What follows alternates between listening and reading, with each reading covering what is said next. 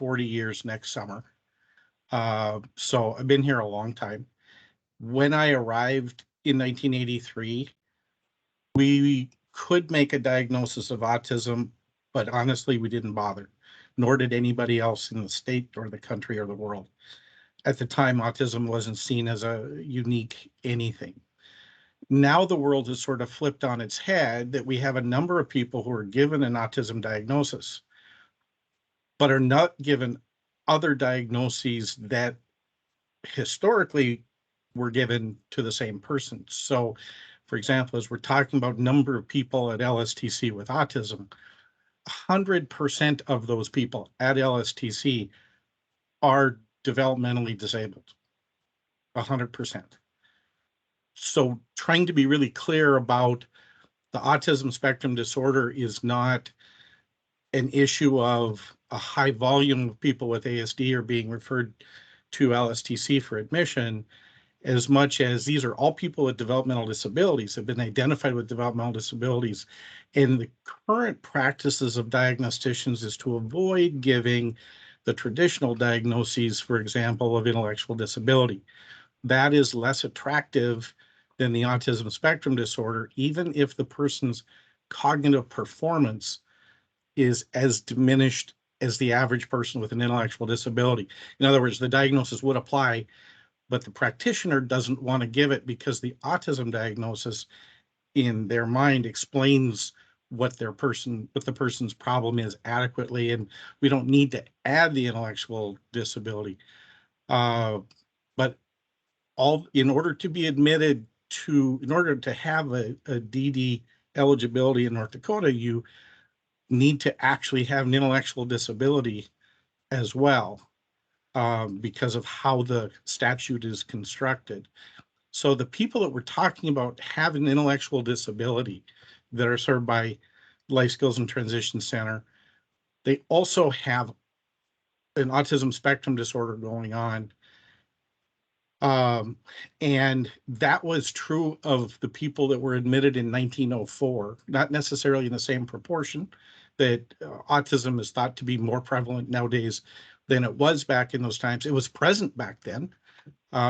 It was definitely present, but it wasn't given as a diagnosis. So I want to, first of all, talk about the complexity in terms of the diagnoses that the person is given is not exclusive to autism spectrum disorder, but it's also including their intellectual disability component that's part of who that person is. Superintendent Jenkins described the challenge of getting somebody admitted to LSTC, and we take a great deal of pride at how hard we make it. We make it hard, not about just saying no and keeping our lips pursed, but of trying to reach out and helping anybody who's struggling with whatever the current problem is to come up with some kind of solution that will work. I heard someone mention earlier that there are people who, once LSTC says no, may have to be discharged to their car. And we actually don't generally have too many people that drive cars, but there is nobody that happens to. That if they're in the developmental disability system and they're in a crisis, Tina's entire hierarchy of people under Jessica's umbrella works together with Superintendent Jenkins and myself and our outreach staff to come up with a solution with providers to try and come to solutions. Some providers are more willing to work on it than others. Some it feels like get a hangnail and want to discharge the person, and others will tolerate a horrendous amount of problems and keep working on solutions. We get to see a lot of superstars. Tina and her DD program managers across the state work some real magic for people, and that's going on all the time. We get to see the ones that's not working for. But we see all range of problems from sex offenders to people with active schizophrenia, complicating on top of autism diagnosis, on top of an intellectual disability of varying levels, and et cetera. We've got a psychiatrist that has been with us for almost 30 years, and he just retired. but he is hanging in there with us during his retirement. We're the only ones he's willing to serve. And he has the best credentials in the United States for people with developmental disabilities. So we've got some tremendous resources. Um, Aggression, damage to things are horrendous issues for everybody to deal with. And while providers are very frustrated that their staff are getting beaten up, they seem to be okay to refer those same people to come to our agency and beat our staff up. So, and it's not like we get to do anything different than any provider. We all meet CQL accreditation standards. So if there are methods a provider can't do, we can't do them either. We all have to meet the same standards in serving people. Probably our biggest problem in terms of challenges is that the mental health system, the psychiatric centers, are of the belief that people with a developmental disability should go to their place of service. They don't know where that is, but they shouldn't come to their psychiatric unit. And they've got some good reason to be skeptical, because when they do admit them, sometimes nobody will take them back, and they get stuck in that unit for sometimes weeks, and the cost borne by the psychiatric unit. So we don't have a good, mentioning earlier, someplace to go to. We don't have a someplace local crisis to go to, because our mental health colleagues are not feeling comfortable, not open to being that service provider. We do need to keep working on that. So I don't know, Jessica, if I. That's super helpful, Dr. Costo. And I actually think that's an opportunity that we've been talking about a lot as state staff and with providers is what can we do? Like, do we need to find a research partner? Do we need to find a clinical partner to say, what does inclusive behavioral health care look like? And, if you really want to allow people to live well in the community where they choose to, that means you have to be able to access community resources. So let's say that you are a person with a mental health diagnosis and you would benefit from participating in group therapy of some kind. And yet the group therapy that's available will say to you, you are not appropriate to participate in this group therapy because you have a cognitive disability or because of you have a developmental disability, like Paul said. And I think what we'd love to do is figure out, and we're not dismissing the challenges, but we have to figure out a way to have inclusive behavioral health care, inclusive of a range of disabilities. And I think I don't know that there's resistance to it, but I also don't know that there's a ready path to it. And so I think that's one of the things that we've identified is the more successful we are in helping people live well in community with their family or on their own, we have to think about how all of the resources can work more inclusively. So I know, Tina, you've been waiting patiently to talk a little bit about your. Can I ask one question of Paul? I think it was Heather that mentioned 138% that you keep a stat on your capacity. And now you've talked about physically abusive people that you might have to serve. How do you do that when you're at 140% of your capacity? I mean, you've got a burned out staff on your hands working with the toughest cases. Isn't that what I hear by that number? And I'm not going to claim any more severe a workforce situation than every DD provider in the state. That all the DD providers and in all of the industries in the post-COVID world here, we do seem to be missing about 20% of our workforce that just didn't come back. We have the positions, we have the money, we just don't have bodies to fill those positions. And our colleague providers around the state are in the exact same position. I mean, they're frustrated. They don't know how to cover people. They've got somebody living in an apartment with 16 hours of support a day, and they don't know where to find the body to go fill that in, even though they have the money. And Tina can maybe speak more to what their plight is. We're in the same boat, in the same proportion to the same boat. And yeah, our staff are being burned at both ends of the candle. So are the providers' staff. So I don't want to claim any special status, but our staff have been champions through this. There's no way to describe how remarkable they are as a group of people. Thanks for asking. Yeah, I think, to Dr. Coastal's point there too, with I think before COVID, we had there was certainly a shortage of work, but nothing like what we're experiencing now. And I think that plays into what we're seeing then with the admissions, the increased need of, asking for LSTC for support. A couple points I just wanted to, our DD system, we do not have an eject reject policy. No eject reject. Say that right, but what we do ask of our providers, our community providers, is that they provide a 30-day. 30 days is not enough. We know that, right? I mean, when you're looking at somebody, but I think the key and where Dr. Coastal's team comes in is trying to identify before that 30-day is even needed, trying to get that support in there, because they've got that community, the CARES team that they provide support to across the state. Oftentimes that's what, the provider may see something, or the family may need something, and they get that CARES in there. And then they start to stabilize a little bit, and they think things are good, and we go back, and then all of a sudden another situation happens, whether it's, a form of, aggressive blow up, whatever, the whole thing falls apart. And then whether it's a provider or the family is just, I'm done. I can't do this anymore. And we're looking at a 30-day discharge. Heather went through the whole process of what we try and do. We're pulling in teams. We're talking about all of that stuff. I don't think it is a money issue. From now, like you said, the 2 to 1, that definitely is something. And I know we've done that too. I'm thinking of our last case that we had this, one of the most recent cases that we staffed with a provider, and they could no longer safely serve the client. And they felt that also the people in that group living were at risk.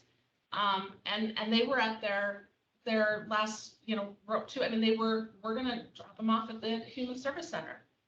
And it's, I'm on the phone with them. Our whole team is on the phone with them. What do you need?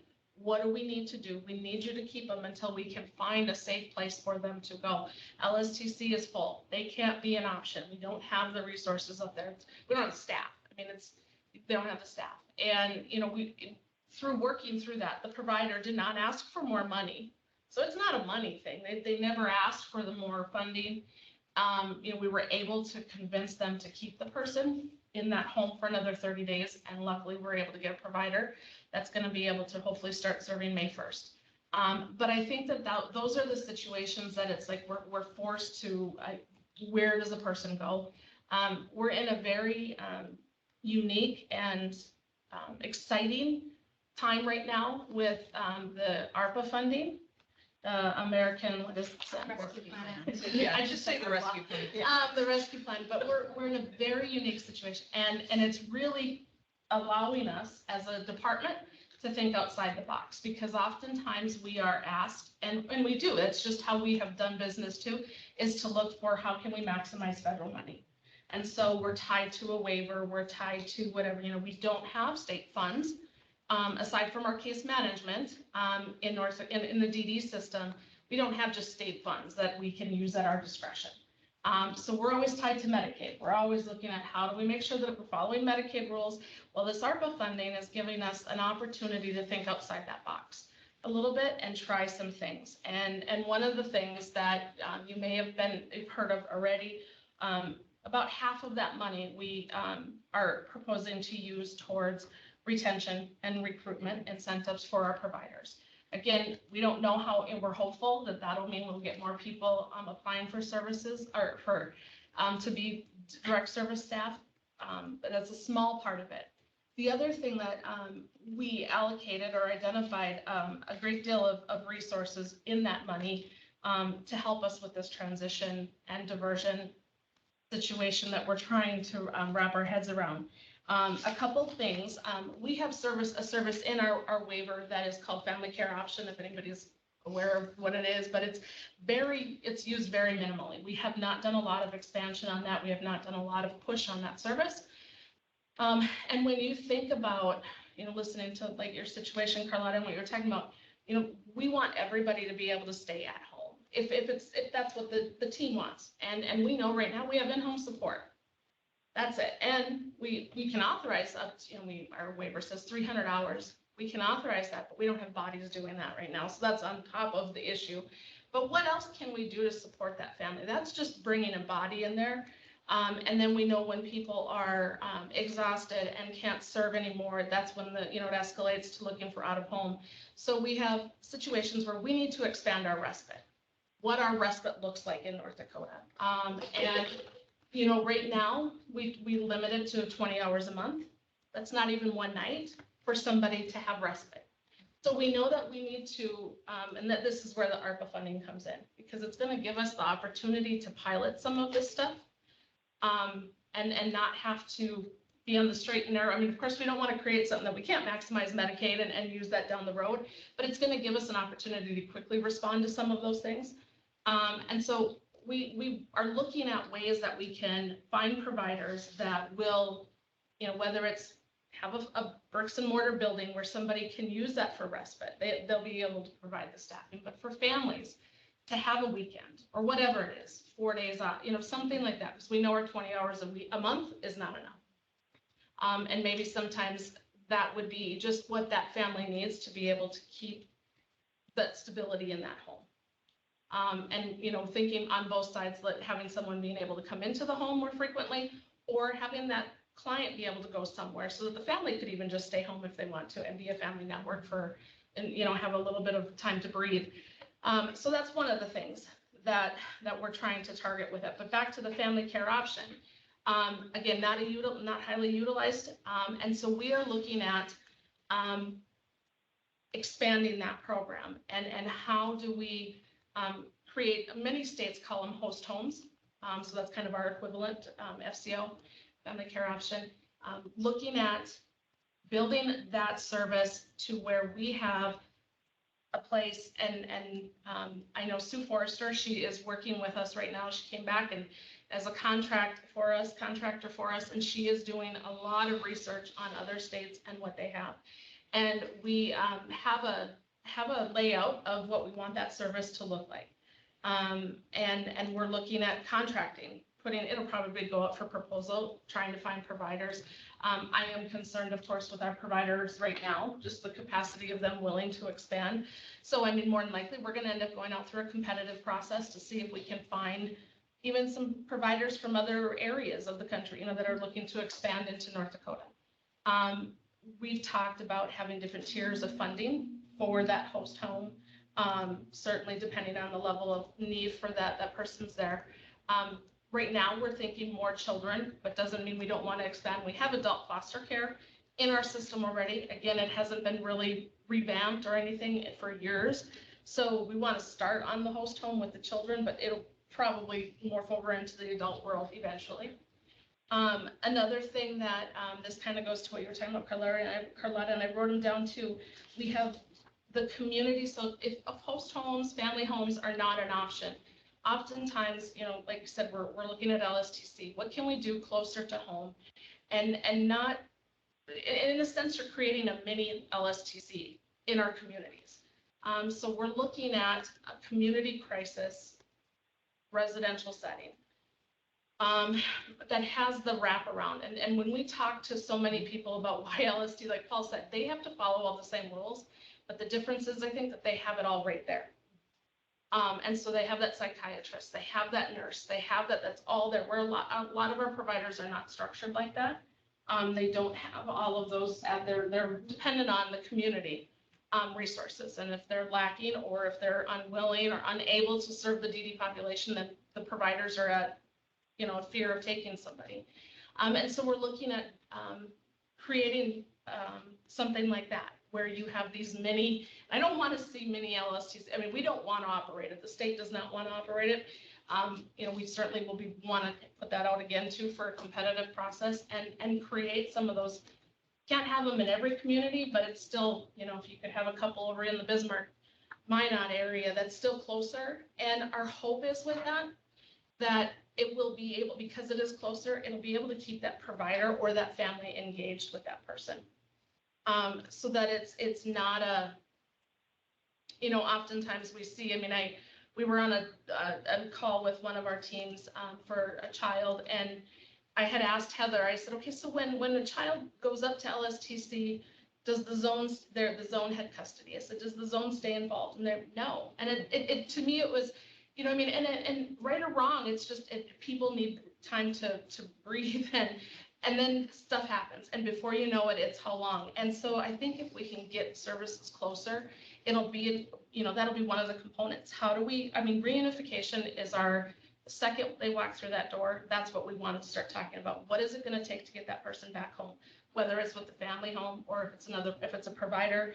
But if we can engage our community providers, I'm hopeful that we can keep them engaged, that they wouldn't be looking at that discharge. It's just a temporary stabilization for that client, and then they can go back home. So that's another component of the ARPA funding that we're looking at. So we know we're over time. You can tell this is a big topic, so we could, Yes. we could talk a lot about it. But I think just to put a bow on what Tina said, one of the things that we're hoping to really shift how we all think about this is crisis happens. Crisis happens to all of us in our own lives. Things happen. And if you're a person with a disability, crisis can happen. And our goal is to try to make it so you can layer these stabilization supports on top of a person's life. So as opposed to thinking about having to leave your home, be discharged from a provider, or when you think of a family, having to essentially exit your family home and now go somewhere else, and you think of it as a handoff, we want it to be a layer. We want it to be a stabilizing support. So you can still choose, you get through that crisis, like you talked about. You get through the crisis by layering supports on. And as Tina said, sometimes that's been hard in funding streams. It hasn't been allowed in some funding streams. So we're having to think creatively about how can we actually make that possible as a system? How do we work with schools so we have a better understanding of the impact of the school's decision around, you know, time that a child can be in school and the impact that has on the family then or the provider. It all is interconnected. And we haven't always been the greatest at identifying those connections and making sure that all the pieces are working. So if you hear nothing else today, I hope you hear that we are trying to find a way to have stability through crisis and acknowledge crisis is going to happen. And that shouldn't be a reason that you must leave your home forever. You know, I'd like to just go on what Tina was saying though about this having your own local LSTC. But in the example you gave, Carlotta, about when you need the help, you need it right now, and you need two of them. And it made me think, well, I'm thinking firefighter, and then I thought EMT, and then you're talking about having maybe a local home where somebody could get some relief. Is there any service like that right now? I mean, can she call somebody? So we have, I think we have a good start on a mobile crisis units at each one of our human service centers have that. I think that, I mean, when you talk about being able to have it be something for everybody, that's what we need. And it needs to be built up more. And right now, I think we're seeing also the fact that we've got a mental health crisis. We don't have enough mental health supports in place. To be honest with you, the pandemic has worsened everybody's mental health anyway. We've seen drastic increases with that. And schools, I mean, we need crisis response to be able to come in and de-escalate at schools. We need crisis response to be able to come into families' homes, whether the child has a developmental disability or not. Them to be able to come into the individual's own apartment that has a mental health crisis, whether they have a developmental disability or not. I think it needs to be integrated. And I think we need to spend a lot of dollars integrating our system so we don't have people say, oh, well, this part of me is mental health. I can get my services here, but this part of me is developmental disabilities. We need a system that serves people. And we need a crisis response system that serves people in crisis, period. Whether it's a child who has an addiction issue, or whether it's a mental health issue, or autism, or what it does, it shouldn't matter what it is. Crisis response, have people that are able to respond. And then I think we're going to see less burnout from our providers because somebody's able to come with that crisis and respond to it. You know, you might not always be able to do 2-on-1. Right. So when somebody is kind of at a crisis stage and they're kind of managing here, but they're starting to explode and go into crisis team can come in and de-escalate. And that is also supposed to be very diversionary in people getting, but I think it needs to be integrated. And I was gonna say that that's the key. I mean, that is our hope with some of this, is that if we build at this level, that providers and across our communities will feel more supported of and willing to transition out or to, you know, to continue to hang on with somebody if they feel like there is that support in the community, that they're not on their own. You know, I think that's a lot of times when someone is looking at possible placement from the LSTC, they're afraid to, you know, to go out and start serving. And then what happens if there is a crisis and I am stuck? Okay, one thing I did promise everybody at 2:30 we'd take a short break, but I'm thinking maybe if we take a 5 to 10 minute break right now, just allow groupthink is tiring on everybody, you know, so I just want to respect that as well. But we'll pick this conversation up. We've got 10 to 3, let's be back at 3 o'clock, so just have a break and maybe take a walk, and there's been a great discussion and intense. So we'll just give you a little breather. If the people online don't mind taking a 10-minute break, get a glass of water, mild break. We'll teach you acronyms during this 10 minutes. So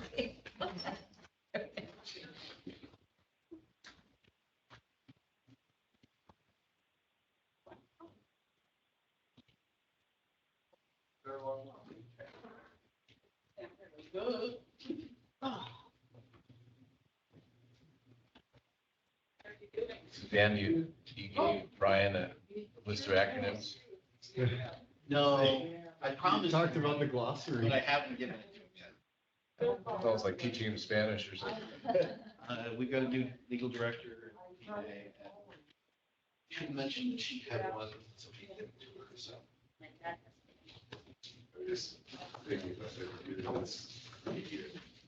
Everybody eat a donut, so I'm taking them home.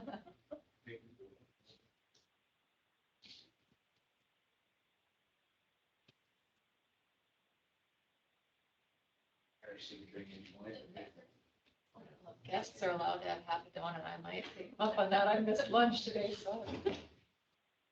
Think that's allowed? That's probably okay. Okay, all right.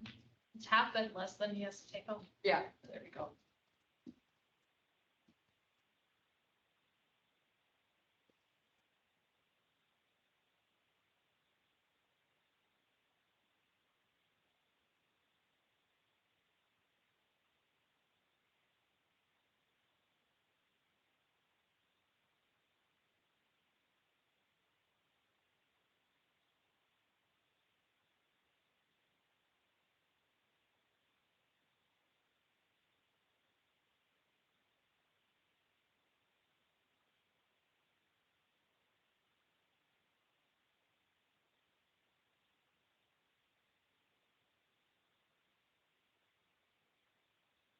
Ryan Morgan, please.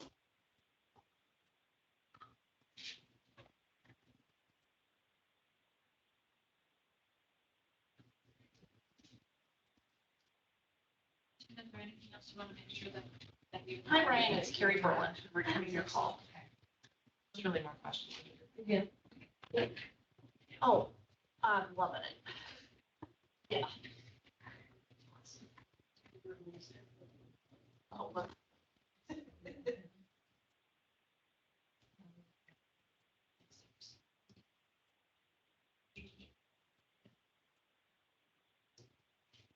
Oh, okay.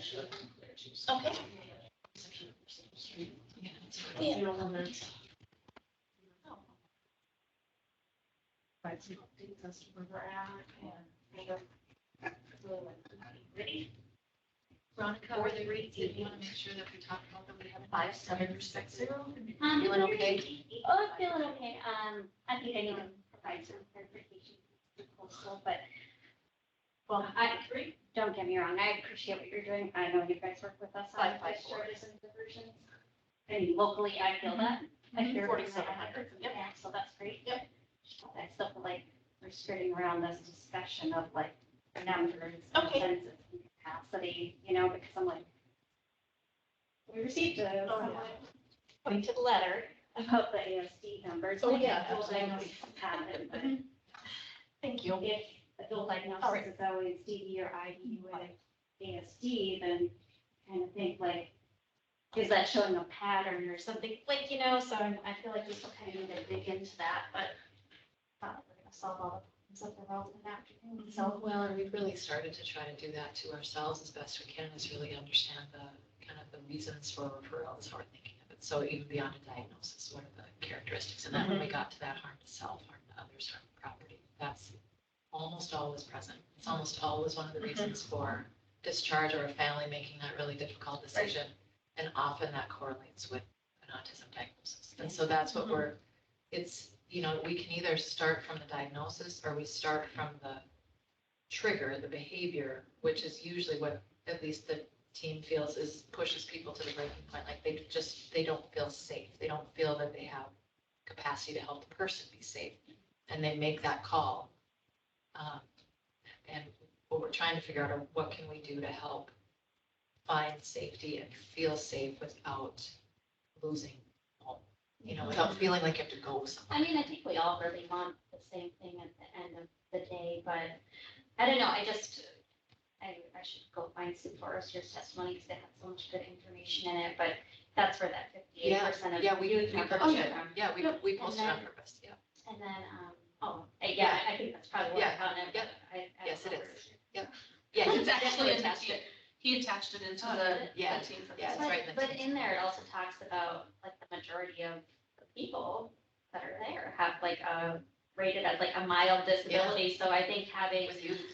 so I think it'd be interesting because when we think of institutionalization, you think it's because somebody is completely debilitated, which sounds like that's really not the case for a lot of folks. So it's just, Yeah, I think. I think that's- too, if we're gonna do that, I think we have to also look at like our numbers in the DD system. And see if autism, if we've seen an increase in the diagnosis of autism, of people that we're serving. To make that correlate, to Paul's point. Again, I think autism didn't exist, quote unquote, before, wasn't diagnosed, and now it is being there. To see if our system is seeing that shift too. yeah, because if we knew that, 90% of people at LSTC are having this behavior or have this diagnosis that's dual ASD, ID, I think we could find a more pointed solution that addresses what's going on. So to me, I like to see the numbers because it should help drive action. Agreed, we But- agree completely, and it's disaggregating to the point where you get something meaningful, because I think at least in our, and it would be interesting to hear Paul and Heather, I think they would say the same, but it's not always the diagnosis, it's the behaviors. Like, for example, elopement is something that we talk about a lot, because if you're a family and they get to that point of burnout and exhaustion, they can't do it, oftentimes a common characteristic is a tendency for running away, for elopement of the person who's being served. And so what's needed is that, 24-hour supervision, that 24-hour eyes on, because they're so worried about the safety that comes from someone who has a tendency to elopement. And we know that elopement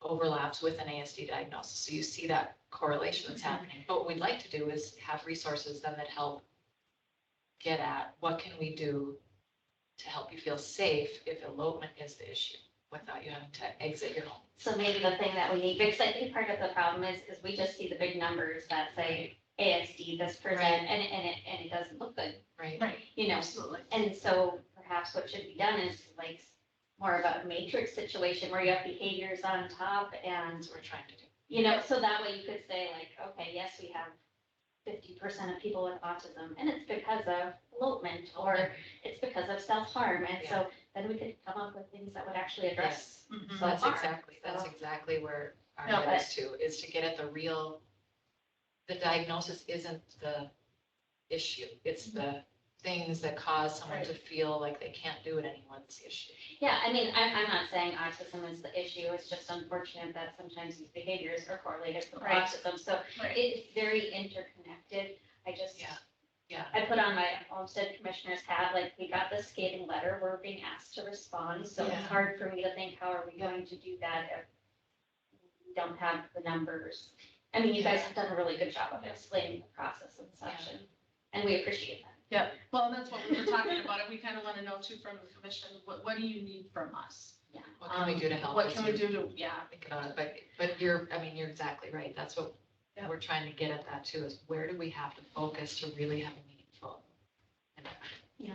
Well, and I mean, I think you have partners in the firm that have really good idea about solutions, but, we're just like thinking what we might be the problem and what might solve it. So without seeing the numbers and having more transparency in that respect. Yeah. I don't know where that we're really gonna go anywhere, and I feel like that kind of can be frustrating to a lot of people to, when it, if information's not being readily shared on anything, it can be, perceived as like, okay, what are you hiding? Or, Right. "Oh, what are you trying to do?" So, Yeah. just something to like think about, not specific to this, well, kind of, but like to all things. Yeah, to all things, and I think I wish nothing more than ready access to beautiful data. It's disaggregated to the level of useful insights. I mean, wouldn't it be Like, amazing, you could have like pulled up your dashboard for us That'd be today and been really like, our population is 70, Yes. we have 50 adults and, Yes. 20, people Yes. under 18, and this That's is what the we're trying breakdown. to get to, and it's about more than those one or two top line numbers. Like Yeah.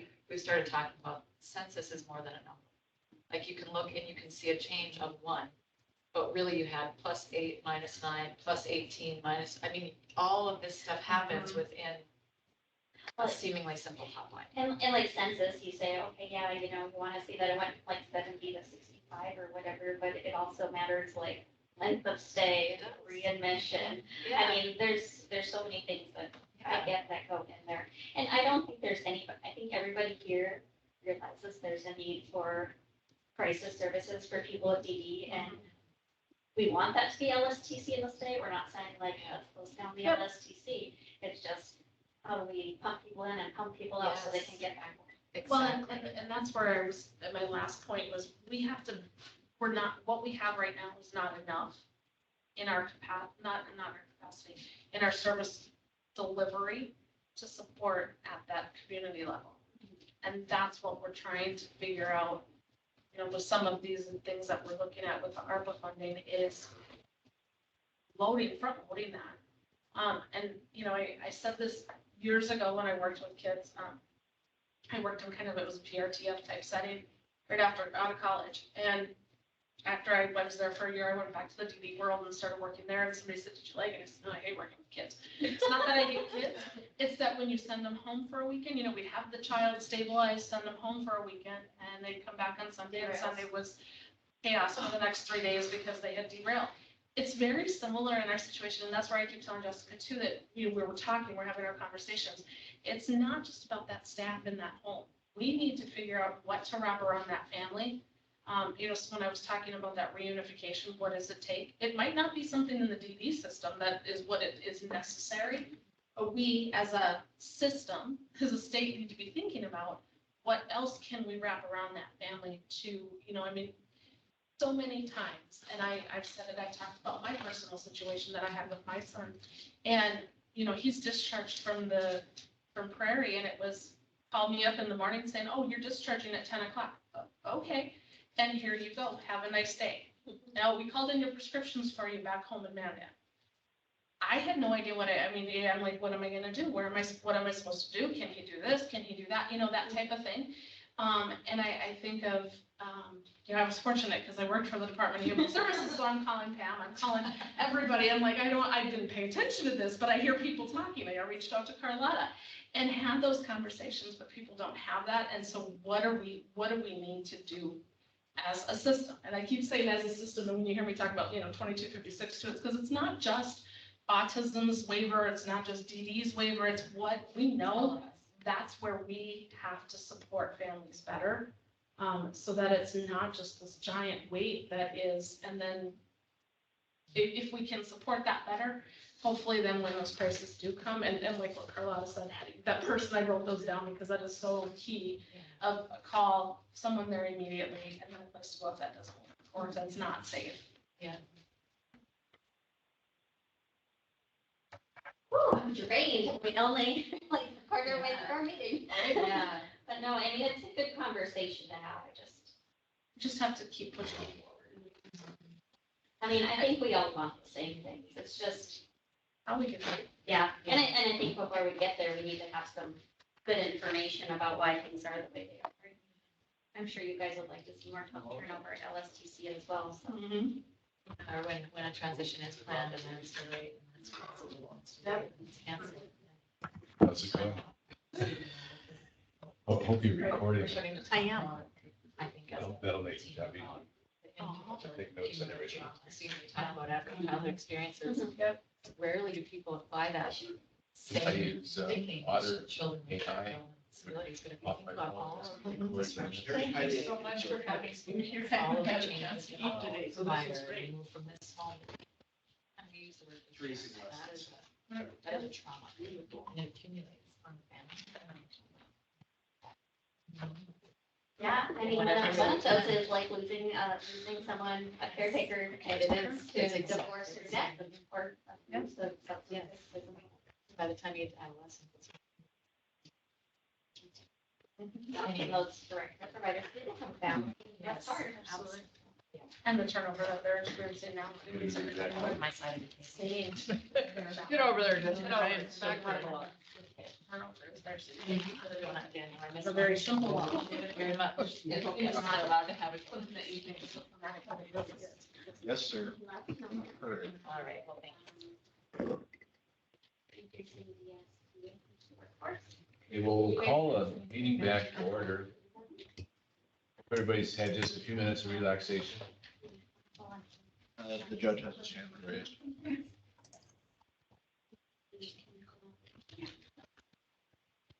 Are we back on, Wally? Yeah, we're back on. Can I jump in with a question quick?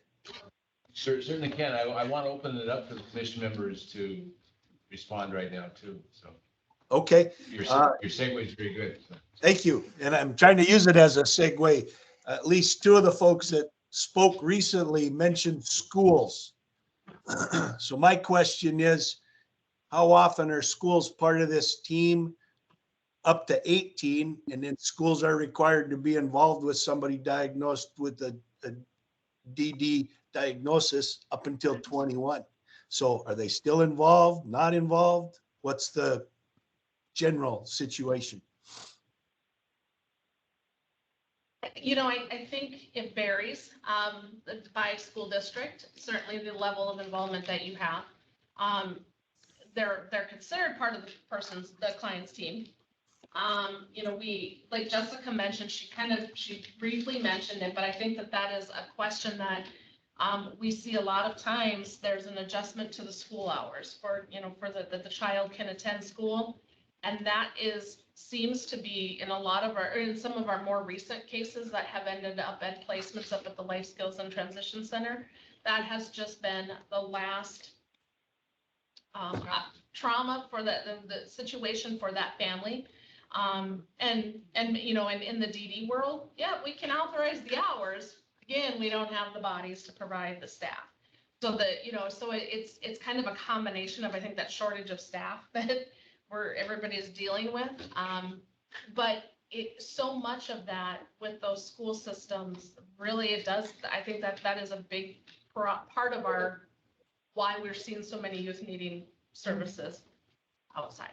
And if people aren't familiar with, so when we talk about school hours authorized, I don't know if you're familiar with that, but the idea is, as part of a child's IEP process, the school is charged with making sure that a child can be academically successful.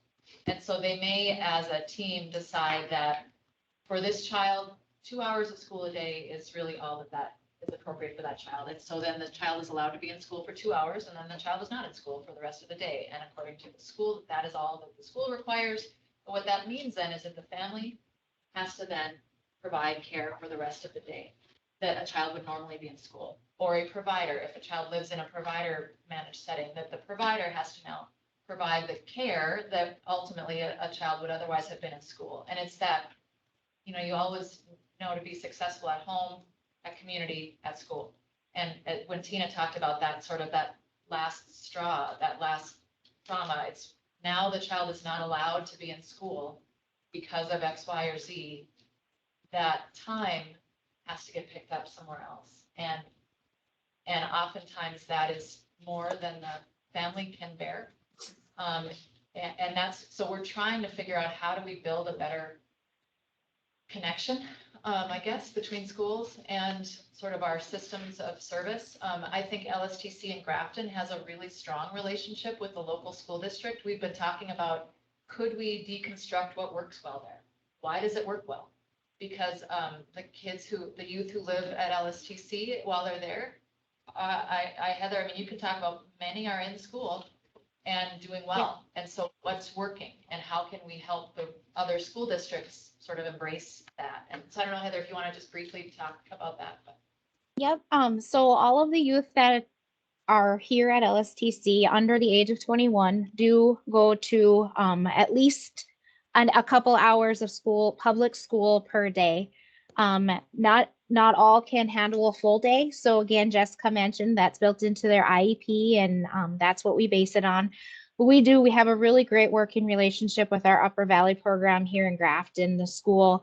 And so when someone does discharge back into the community, we really build a lot of those supports that we work with our school system here to help them transition to the community back into the school system there.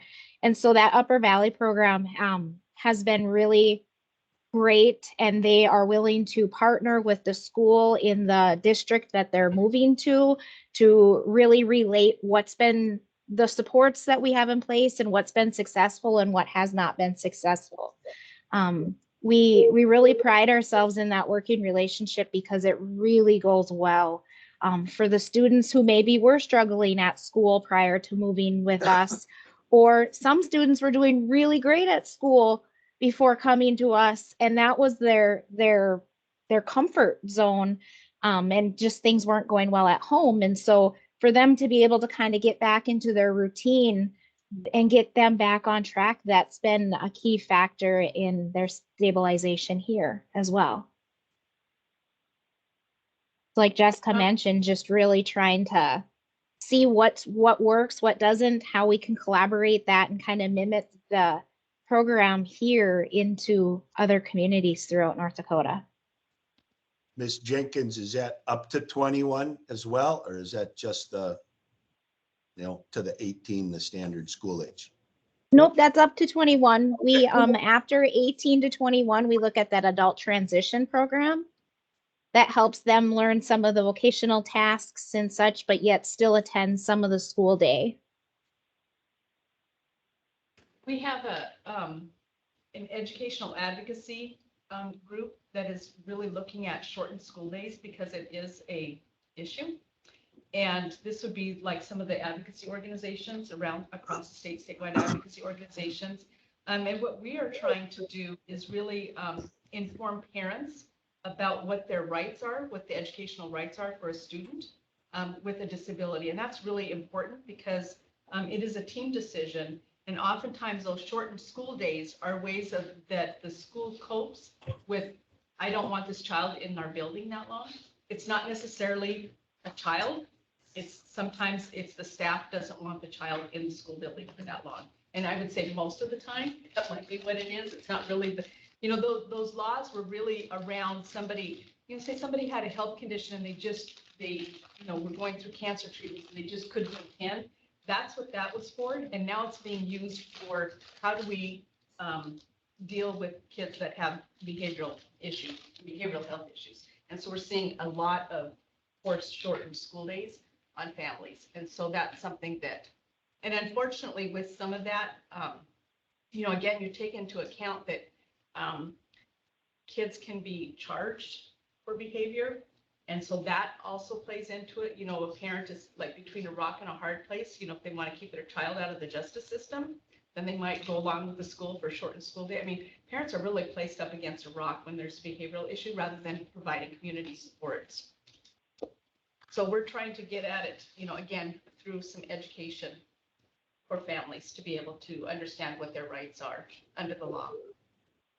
And I think the summer always too, that always intensifies the having that break too, because I think there's definitely been a lack of being able to support them in the summer. Well, And some of those kids that need that routine. Yeah, I was gonna say, You it's know, the that- routine of going to school, getting up Yep. every day. You see a lot of bad, Mhm. behaviors that happen over the summer. Yep. just because of summer schedules. I mean, everybody's summer schedule is so lax that, but it is what it is, so. Are there other commission members that have questions that they'd like to address to any of the folks here today? Wally, I'm just gonna make a statement after my last question. The answer that said there's 5 districts and the responses varied tells me Olmstead should say there should be a standard participation by schools. You know, so-and-so in the Northwest or the Southeast doesn't get to not play ball because it's easy for them. You know, sounds to me like, you know, Miss Jenkins has a good relationship and probably has educated. You know, I know that because I'm from the local area in Bismarck, I know there's a lot done here. So I don't know who the varied are, but that statement tells me, from my perspective on the Olmstead Commission, is that's a problem. So I'll leave it at that. Appreciate that. We were talking a little bit on the break, and I feel like as the Olmstead Commission, we received this very specific letter and this specific request, and I've appreciated all the information and discussion, but I don't know if as a commission, we're really in a place where we know how to respond to this letter. And I feel like in order for us to decide what we may or may not want to do about it, it would still be very valuable to have some information on the population at the LSTC.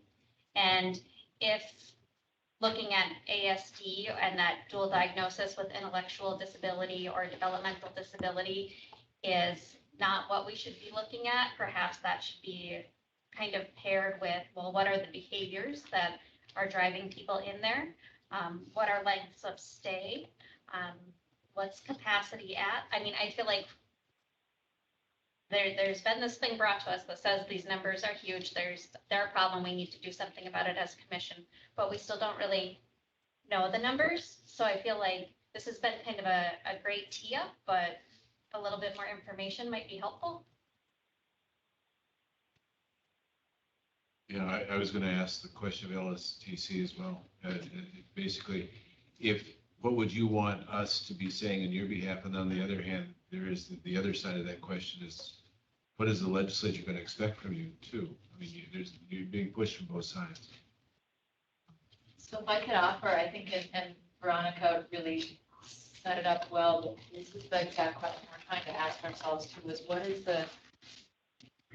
what information can we provide? We know that Senate Bill 2256, the study is going on. There's lots of good work and thinking that's going on. And so we want to be part of all that, but to get at the real issue, which is often and I think of it as what is it that caused the family or the provider to feel like crisis was at the level that they can't do it. And it could be elopement, which is that it's something that exhausts families. It is that worry that your child or young person will run away, and that need for 24-hour supervision. And how do you deal with elopement if that is an issue? How do you deal with harm to self, harm to property, harm to others? And so the team, Dr. Colstow and Heather and Tina and all of us are trying to figure out how do we get good, solid data that we can then use to help inform your discussions, policymaker discussions, our discussions. But I would also ask, I guess, as you're thinking about your next steps or your work, we really are very mindful of and I think of it as the pressure to approve admissions to LSTC. That comes from crisis. It doesn't come from it's not a choice somebody's making. It's people feel like they have no other choice. And so there's this real pressure when people are in crisis. So we don't want to only, for us, just for our purpose, we don't only look at the people who are currently living at LSTC, for example, with the zip code of Grafton. We are looking at what is the risk of crisis? What are the things we need to be thinking about as a system so that pressure doesn't exist?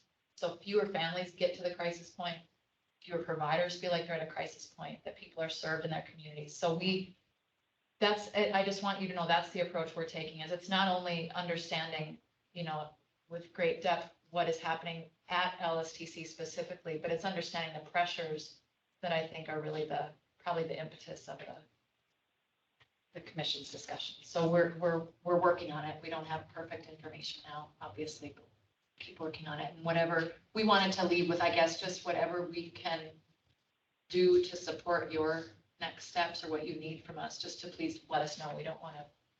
One of the things that I have questions on, and I don't know, would be like the CIS scores. And when those are done, is the behavioral component of these individuals weighed appropriately so that they're getting enough supports? So for Garrett, we found out the level of support that he needed, and it was pretty high. So it's a high level of support need just to keep him maintaining.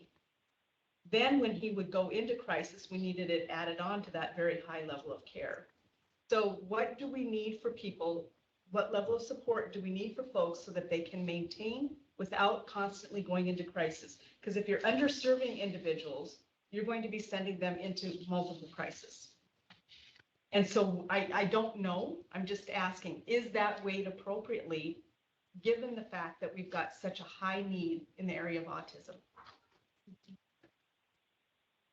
Yeah, it's a great question. We've started asking the same exact question to deconstruct what it is that we're seeing and what are some other things that we have to think about as a system, and then really weighing that the vast majority of services in our state are provided by private providers who have a choice of how and where to serve.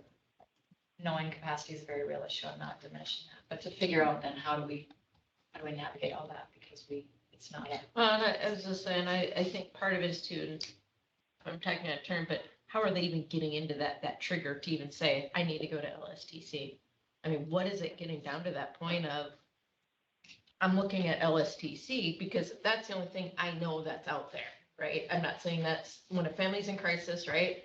And I'm making the phone call to West Human Service Center. You know, my family is in needing help and all I know is LSTC. That's wrong too. Yeah, it is. And I think that was what Dr. Colshaw was trying to get at, is when we talk about how hard we make it to get to the door of LSTC, that is it. All of the layered conversations that happened before that's ever even considered a viable. Right. And I'm going to say this. So a family is in crisis and I hear, well, I can't go to LSTC and you want me to jump through all these hoops. Excuse me? I mean, I'm in crisis. I've got a kid, right, tearing down my drywall behind me. Yet, how do I navigate this and go through the system? And 30 days, I get it for a provider. Yeah. Makes total sense. But as a family member, 30 days? Oh, I mean, and I don't know if it really takes that long. I'm just saying, that, oof, right? Placement to the LSTC doesn't take 30 days. But you get what I'm Right, saying? yep. I just wanted to make. No. We ask and how we have it in our policy and that providers have to give 30 days. That's also very difficult when a provider says to us, I cannot assure health and safety anymore. Yeah. What do you do? So there are times when they don't give that 30-day because of that health and safety. But, people don't have to wait 30 days to go to LSTC. Right. But I get what you're saying. No, it's a good point to make, though. I Yeah. get that. There were a number, and you had brought this up too, there were a couple of families that I worked with which the kiddos were headed to Life Skills and Transition Center. Some of those kids, I believe, had county involvement. So maybe one of the situations, a couple of them anyway, county had custody of that. And so for them, it was a place to go. That was really critical. And I think that family option, what is it? Family option. Family care option.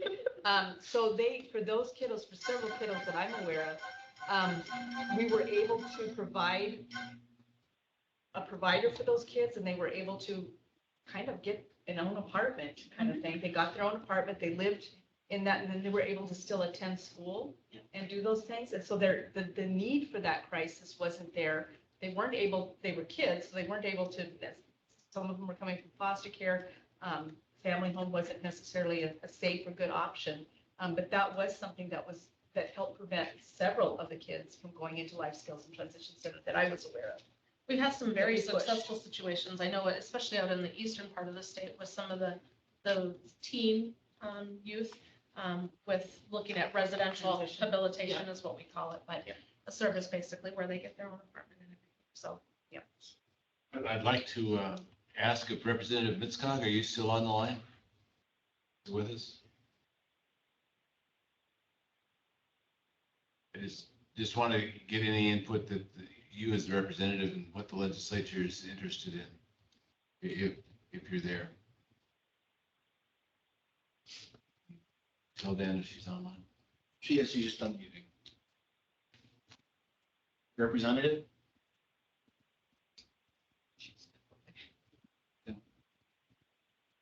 I just want to make sure that she got to ask any questions that she'd like to ask too, just because we do have a couple representatives of the legislature here.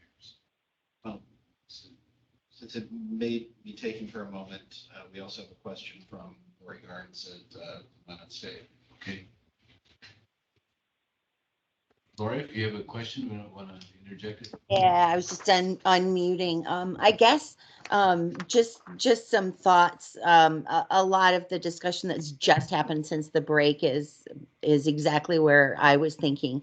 You know, it's not that the LSCT has the opportunity to choose who is in crisis, right? And so, but the question before the group is, are children with autism or people with autism overrepresented in that group? So that's of course the question that you have to start with. And I think that the team has made a really great set of pieces of information that maybe it isn't about autism. Maybe it is about something else, the way Veronica had mentioned. But then that still is an issue for the commission, right? I mean, that's kind of what I'm thinking. And so thinking, is it schools? Is it mental health? Is it behaviors? Is it family supports that are needed? If it's not resources, Tina had kind of mentioned perhaps they have resources. That's not the issue. So if it's not money, what is it? And then what is the commission's role in this? So you've got a letter and a question. What do you do about it? Just for what it's worth. Do we have some follow-up? I always have some follow-up, so I would just reiterate that I feel like as a commission member, we're not in a place where we can say ASD is over, underrepresented. I mean, perhaps there is a reason. We don't know what the ASD population is, at least currently, and if it's because of the ASD or if there's a co-occurring situation happening with the ASD. I just feel like we need more numbers because I don't want to, it's alleged that they are overrepresented, but we don't know that. Maybe it is, maybe it isn't. So I guess I would just prefer to have some data so that we can know how to respond to this if it is a problem, if it's not a problem. Yeah, and I guess that's the question of what is it that we're going to, I feel like we've opened up a dialogue and a conversation here that will take further research. And you know, I like the way you folks have been very forthright in your coming forward. And we're just asking a lot of questions. Out of that, we have to, probably by the fall, have to have a conversational piece that we can take to the legislative committees and others. So we'd like your help on whatever it is that we're forming too. I think we've learned today how difficult that job is at LSTC. It's not just responding to the legislative thing. You have to reduce your budget and you have to reduce your amount of folks there. I don't come away today thinking that necessarily. And I don't speak for the whole commission. I'm just saying it's my reaction. So part of that data, I would want to know what is the percentage in the community? So that you can see whether or not it's staying with that same percentage. If that percentage is going up as you get to LSTC, then I would have to say, I'm sorry, but we're gonna have to figure out how to serve people better so that they're not institutionalized. Because then they're gonna be To clarify, what you're talking about is population of individuals receiving ED services. What percentage of the population has an ASD-related diagnosis, and how does that percentage compare to population at LSTC? Correct. I mean, they should be the same. And if you don't have 58% of the kids on your caseload with ASD, then we're gonna have to look how to serve people better in the community. And perhaps we have to be examining that diagnosis, not just by ASD, but by whatever co-occurring diagnosis is happening, if it's DD and ASD, if it's intellectual disability, if it's whatever. I mean, we might find that there are different sects of people that are being driven there because we don't have services there or here in the community, so. I feel like, and I just anecdotally, I feel like behavioral health would be like a common co-occurring thing with it. And that's when you end up with your difficulty. And I think we know, there's been lots of reports that we're not really serving people with mental health well in our communities, and it's impacting our DD community as well. Well, I think I can speak on behalf of our team that we would very much welcome a chance to provide you additional information. We really are working on collecting it. We didn't have anything that I would consider final, ready to present today, but this is exactly what we're trying to get to. And then also being mindful of confidentiality. So it's a relatively small population that we have at LSTC. And so we want to be very respectful of the people and the families whose lives are intertwined with this. So to figure out how to disaggregate and get to a level of meaningful information while respecting Absolutely. people's privacy. So that's kind of the balance we're trying to walk, but we'd be happy if you are open to it as a commission for us to provide additional information for your consideration as you get ready for legislative session. So I'll just offer that on behalf of our team, and I'm hoping that's okay with our team. I'm looking at heads. I'm super happy to hear that. It's nice to know that you guys want to be in a collaborative place with us. I mean, that probably makes everybody around the table excited. I think I'm also excited about the fact that you guys are hoping that LSTC eventually becomes this safety net or this crisis center. So I wonder if we could also be supplemented with some information on length of stay or recidivism or readmission. Because once again, I feel like if we had that data, we could make better decisions so that we could hopefully come up with some solutions that could fix some of these issues so that, we're pushing people back into the communities where they belong. Yeah, I was gonna say, if you have a high rate of Readmissions. Yeah, readmissions, thank you, Tina. That either your community supports aren't there, or we're just kicking them out too soon and they're not giving them the right supports, or, what's the breakdown there too? And that's not fair either. Well, I know I've heard Heather talk about this often, and I've taken it to heart, but some of what we also have to do is to understand the rhythm of a person's reality. And so there may be periods of crisis and periods of stability, and that is part of a person's reality. And so for us as a system to be able to manage that, so that point of crisis is not also a point of trauma where disruption occurs and it's exacerbated. So Well, that's what we're trying to move towards, is that rhythm of. just anecdotally, in our house, this time of year is horrible for us. All through the years, we're fine. Come spring, we call it the rails come off. We don't know what it is. We don't know, grades tank, everything, we can't figure it out. It always is. So for us, right now, we never get into crisis in some families, but for us, in some ways it is. He's not coming out of his dorm room for a week and not going to eat. What the heck is going on? So. But yes, I think that is another data point that we would be willing to try to share with you in a meaningful way. And is there a reason why the lengths of stay when an individual with also an intellectual disability has a crisis? Is there a reason for that length of stay to be longer than other behavioral health crisis stays? Is there a reason for that, or is it because again, is the community not accepting them back because we've gotten into that habit, okay, this person is always going to be like this, we're not going to take them?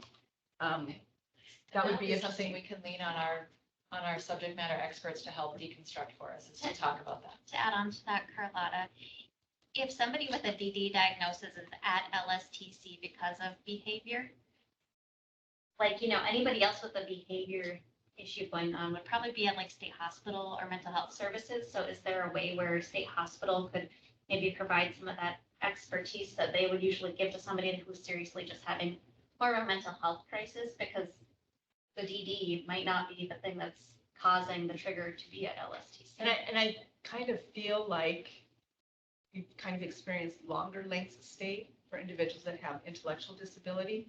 And sometimes the community feels like that's what they're always going to be like, but they're really in a mental health crisis that comes and goes. And they can reach stabilization before they're accepted back in the community. Can I, out of There are respect, a couple of questions online, and I apologize for butting in, but the representative had a question, also Judge Romanek. So Representative Mintzcott? Can you Yes, hear me now? please. Can you hear Yeah, me? Thank you. Oh, great. Yes.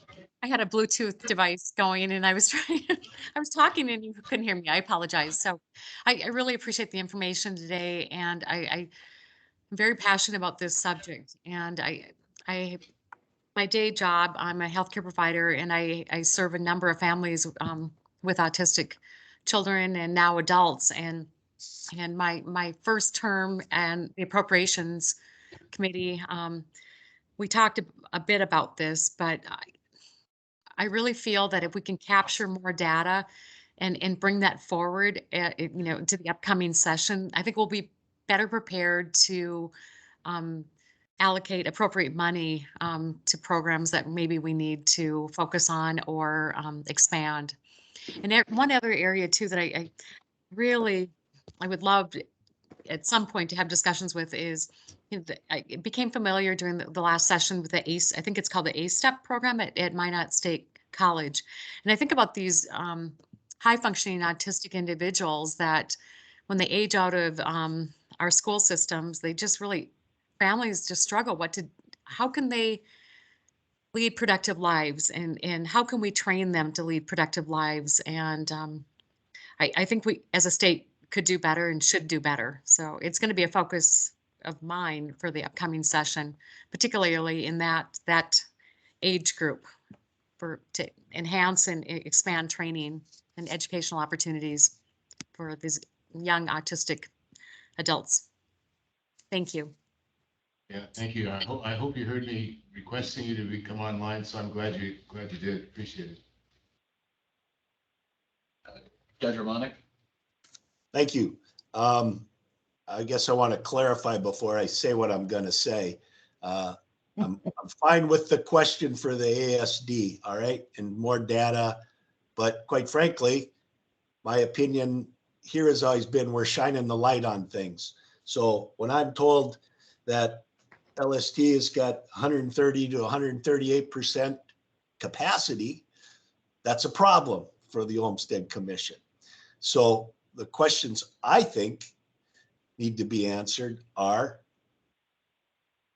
why are they there over that capacity?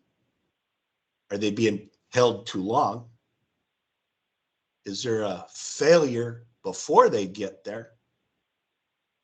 Meaning we talk about a crisis, we talk about this, my family's in the system and everybody knows my wife is an advocate and I get chirped in my ear all the time about what's going on or not going on. But, we're state officials and there's money to be spent and we've got programs, but we're talking, and in exactly what Kirsten just said, it's not easy all the time to access those things. So sometimes you got to take a serious look in the mirror and say, am I making it feasible for this family that, maybe doesn't have a college education or a high school education, and they got to deal with X, Y, and Z. They might have a language barrier, yet you got to fill out this form, you got to do this, you got to do X, Y, and Z.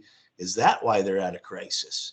So, I guess from an Olmstead Commission perspective, I think we should be finding out why,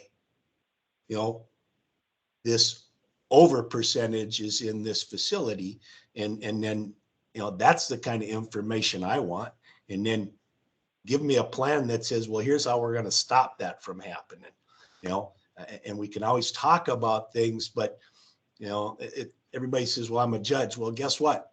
I'm boots on the ground. I got people coming in front of me, and every spring our criminal population goes up. So Kirsten, it's no different for everybody in the world. You know, we get slammed because whatever it is in the waves going through. But I think that's what we have to focus on as a commission, is saying not just ASD, but why is there, you know, and we can look at that. I'm fine with that, but I'm going, something's broke. We're either keeping too many people, we're letting them in too easily, or there's a failure down below that they're getting there. Is that because the school's not helping and they're not involved? It's easier to call the law enforcement officer at the school to get somebody booted and taken into custody than it is to deal with them in the school. You know, it's kind of pass it off. Provider does the same thing. I don't got to deal with this headache if I get them placed somewhere else. So, I mean, we have to shine the light on that, is what I like to always say, and go, look, we're the Olmstead Commission. You know, there's no reason this facility should be at that capacity, and there's a problem somewhere. Where's that problem? We're asking the questions and nobody's giving us an answer as to what that is. So then we got to point blame somewhere. I don't want to blame anybody. Everybody's giving us good information, but somewhere we need a change. We need something to fix that. You know, I sit on the bench every day and folks are put out at the state penitentiary and then they're walking down the street 6 weeks later and I see them. And I didn't have anything to do with them getting out. So I'm going, well, somebody made that happen. And again, it's money as well. It costs much more money to keep somebody at the transition center as it does to having a team in the local population taking care of them. You know, and that's what the legislature understands. You know, but you got to show them that, and you got to show us something that works. You know, what happens at a policy level doesn't always make it down to the boots on the ground. They don't understand what you're trying to say. So I've rambled too long. I don't like to keep meetings going, but I think we need to have, our inquiry has to be, that number should be coming down. And if it's not, why? And that's what we have to find out. I'm done. I have a question, Judge, from your standpoint, though. Is that an arbitrary number that's been set? You know, I mean, how does that fit with our statewide population?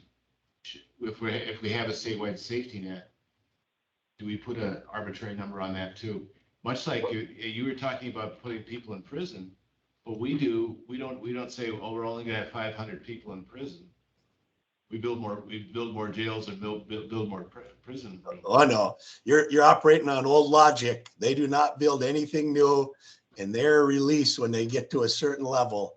And the population is culled to see who is not as dangerous to the community, and they're paroled. They're put out early. So I don't want to correlate that. That's probably a bad correlation to what we're dealing with here. Well, I mean, just using it as a bit of an analogy, but you know, from an argument standpoint, but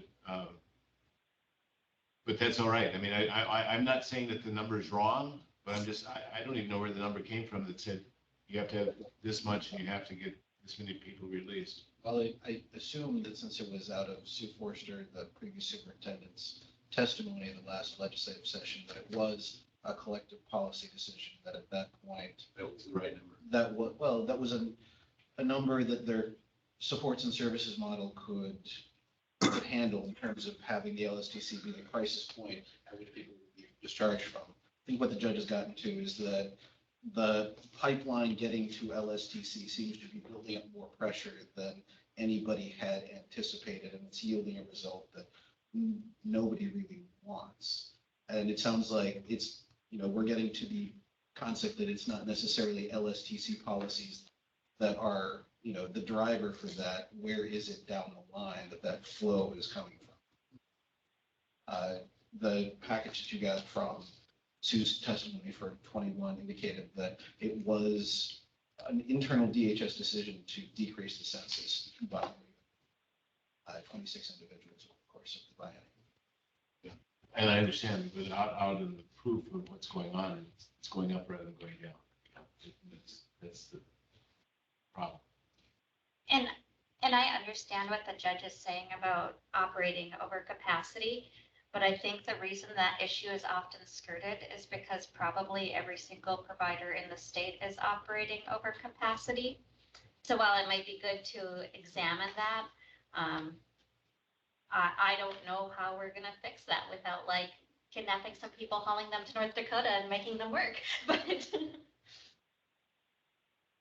If I could offer, I think that's a question that we're asking across all of the systems. How do you really quantify demand for crisis level services? How do you make sure that you right size the infrastructure?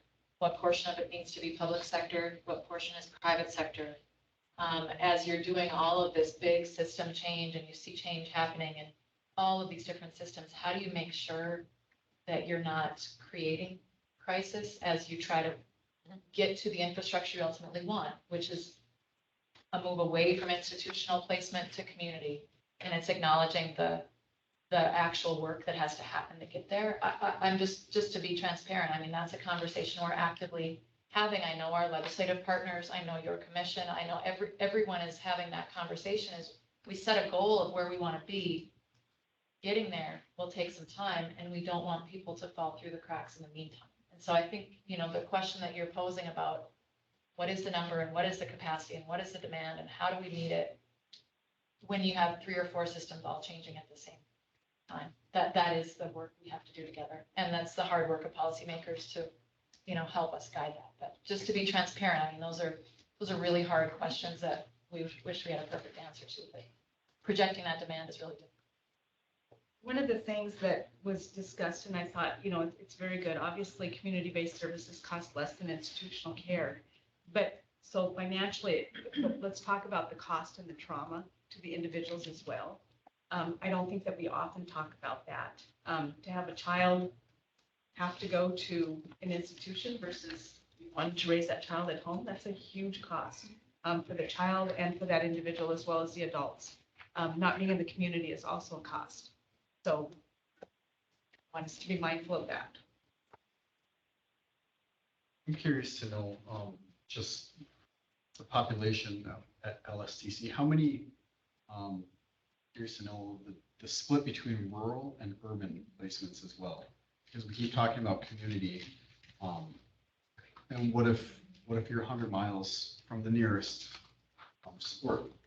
And, is that why, do we see more from, just picking on a county, rural Adams County, being sent to Grafton across the state as opposed to Fargo or Bismarck, or even Grand Forks? And I don't know, Heather or Paul, if you know that off the top of your head. I know I don't have that in my hip pocket, but it's certainly something we could follow up with, and you may already, I don't know. Paul, I would have to look to you for that if you're aware. I don't know it off the top of my head either. But we can follow up. It's a really good question because we think a lot about geography and access. I mean, a lot of this is about access. And when we talk about services closer to home, that means services closer to home, and that looks different everywhere in the state. So we can absolutely follow up with that. We'll provide that information. By the way, Bismarck to Dickinson isn't close to home. Sure doesn't. You've got 2, the judge has his finger raised and also the representative, so. Yes, Representative Mitzkite. Oh, thank you. I think capturing that urban versus rural information is very important. There's been such a focus on community-based services, but I know I represent a rural district. What we have in Wapaton, or comparing to Fargo or the small towns in my district, we are not serving our rural residents like we should be. So I would be very interested in that information. Judge? You got your hand up, Judge? Took it down. Okay. His real job, he gets to do all this, who gets to speak kind of stuff, and who doesn't get to speak. So it's kind of fun being on the other side. Maybe not for him. We've got about 3 or 4 other business items that we need to address over the next hour. So, Dan, I see your hand up. I guess I have a couple of follow-up questions, and maybe it's Yeah. for me to investigate with the department. I know that Carlotta had questions about DSIS, and you indicated that there were some internal discussions about how that would be applied. Is that something that has a concrete point of contact? Is there any definite plans that I can follow up on to bring more information back to us, or how could that be developed? So if I could ask, and I apologize, I'm not very familiar with the rhythm of the commission. Do you need information in advance of your next meeting? Are you working on a quarterly cycle? So that would help me to understand the, We work in a quarterly cycle. okay. Yeah, And so, we do like information to educate us before we come to the meeting too. So Yes. it's helpful. okay. So I mean, I can say that we are working on gathering it. We are, as all of you are working on gathering lots of things. So just trying to kind of plan the schedule of when, but we would be happy to include that in kind of the follow-up if you want a follow-up conversation at your next meeting. And to try to have it assembled in advance of your meeting, so you have time to look at it. That would be our goal. And my follow-up question would just be, I'm a little bit murky on exactly what level of detail you're looking for with this. We're not doing an in-depth analysis by diagnosis of hours or, scheduling or anything like that. So that's not work that we've done. So I'm not And sure what you're, Well, and I don't know, it's like, you get so many points for it being, when there's a underlying health condition or something Mhm. like that, you get so many points. Is that being weighted the same for behavioral health? Does that mean that kind of additional stuff need to be increased? I don't know. I'm just wondering. So would maybe some initial, I don't know if information to the commission would be valuable of what the SIS does measure, what the sections measure, and talking a little bit about how we do score that and weight it. And the additional weights. Because The I know there are additional behavioral and weights. medical sections, yes, are weighted 10 versus the other sections are 1. See, that's where I don't know. Yeah. I'm just trying to, and I can't remember it all Mhm. right off the top, but again, sometimes people that have the additional medical might get more assistance in the community perhaps than, we might not be meeting the need of the behavioral in the community. And So I'm what wondering if that SIS is providing for enough community supports for the individuals that have the behavioral health component. So I think what we'll try to do, like Tina said, we're not doing like a full actuarial analysis, I guess, of a subset of the whole population. But what we can do is look at what we can know from the people who Heather's team interact with, both who are maybe living at LSTC currently or who are in the diversion pipeline. So what we could commit to do is sharing with you what we can know, knowing it's not a full, what we consider like a full actuarial analysis of all of those elements, and then see where we are with that. I mean, as a starting point, if you're open to that, we could do that. We'll start with what we can do. And I then- just don't know, I just was Yeah. wondering if Yeah. people needed more community supports Yeah. within that, and if that SIS if that is weighted appropriately to meet these. I mean, if you have a lot of people going to Life Skills and Transition Center, could that weight end up being on something so that they can get more support? And I think it would be an opportunity for us too, to try to talk about the supports that are available, all kind of deconstructing all of those things that are available before that LSTC admission. And is there anything more? Is there anything else? What has to be different? So I think that's what I hear you asking, or what I hear the commission asking, is to try to understand the authorization process, I guess, for services and how it overlaps. We can do our best. Yeah, and then how quickly, again, how quickly is the crisis? Do we need to move to that immediate crisis response, like the mobile crisis, those kind of things? Again, just trying to figure out what is happening in the community and what could happen to help prevent. This will be a high priority for us this year. The question's been asked and we're doing the research out now.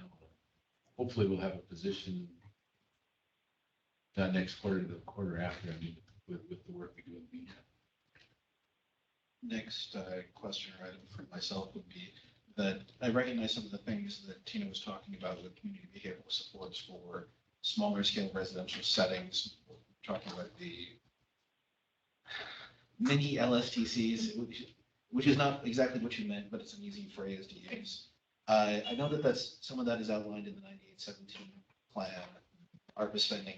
My understanding is that none of this has been finalized and there's not a precise timeline for this. Will there be a point within the next 6 months that this can be revisited and would have more information about how that's proceeding? We actually are working with the technical assistance group to develop a more in-depth plan on this. What you see and what you're referring to, I'm guessing, is that high-level plan that's out on our website. And they are anticipating having that plan done by June, the end of June. And that's kind of, because that's one of the points that Jessica and I have been talking about too, is how do we get the word out as to what we're all looking at, because we're gonna need a lot of community. So if we have a meeting in July, can we invite you guys back for that? Yes, yeah, Just we on can that have topic? Yes. We would share as much as we've been able to get done by that time. Right. It's a really high priority for us too. So I don't want to say we'll have everything perfect by July, but we'd be happy to join you and try not to take all of your meeting time. Oh, that could be a commitment too. I know. Apologize for that. Dan, this is Judge Romanek again. Did your question, and what I'm looking for is, can they give us, here's the type of things we're trying to implement. You might not have them detailed yet, but here's what we're shooting for. And then Olmstead Commission can say, yeah, that might work. We're in favor of that, or we think it's silly, whatever. But give us an impression of, where we're going, maybe, and we might not get there because you don't get the funding or something else happens, but something like that. I think that's maybe what you asked for. I didn't quite understand. Judge, there is a pot of $31 million that they have received spending authority for, and right now, but that's department-wide. Some of it is specifically all of it's supposed to be for home and community-based services. Some of it was specifically allocated in their initial planning to DE services, and the implementation strategy has not been finalized. What I understand is that it will be finalized in June, and we will hear what definite commitments are going to be, hopefully at our next meeting. Okay, thanks. We'd be happy to provide that. Thank you for your help and information. Thank you for the invitation. Yeah, appreciate having you. Good discussion. Keep up the good work, the future, hard work. Please tell them what we're doing. I'd like to hear it, 'cause we're gonna. Thank you. Thank you, Heather, for your participation. Oh, awesome, perfect. Appreciate what you're doing in behalf of the state. You're welcome to listen to the rest of the meeting, but we're down to some other little business items that we need to address.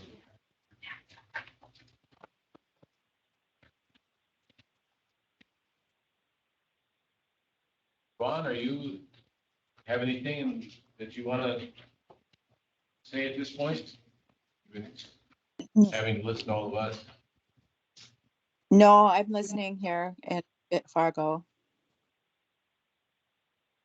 We've been taking in a lot of information, a lot of conversations, so I know that can be hard sometimes with headphones on. Well, I was just wondering, I know it is as in with the people with the disability community with mental health, with support services needed across the state, and yet there is lack of support or lack of employees to fill those spots. And that kind of seems a lot what's happening with people with disabilities, within it being intellectual or physical. So it's kind of all the way across the state with this issue.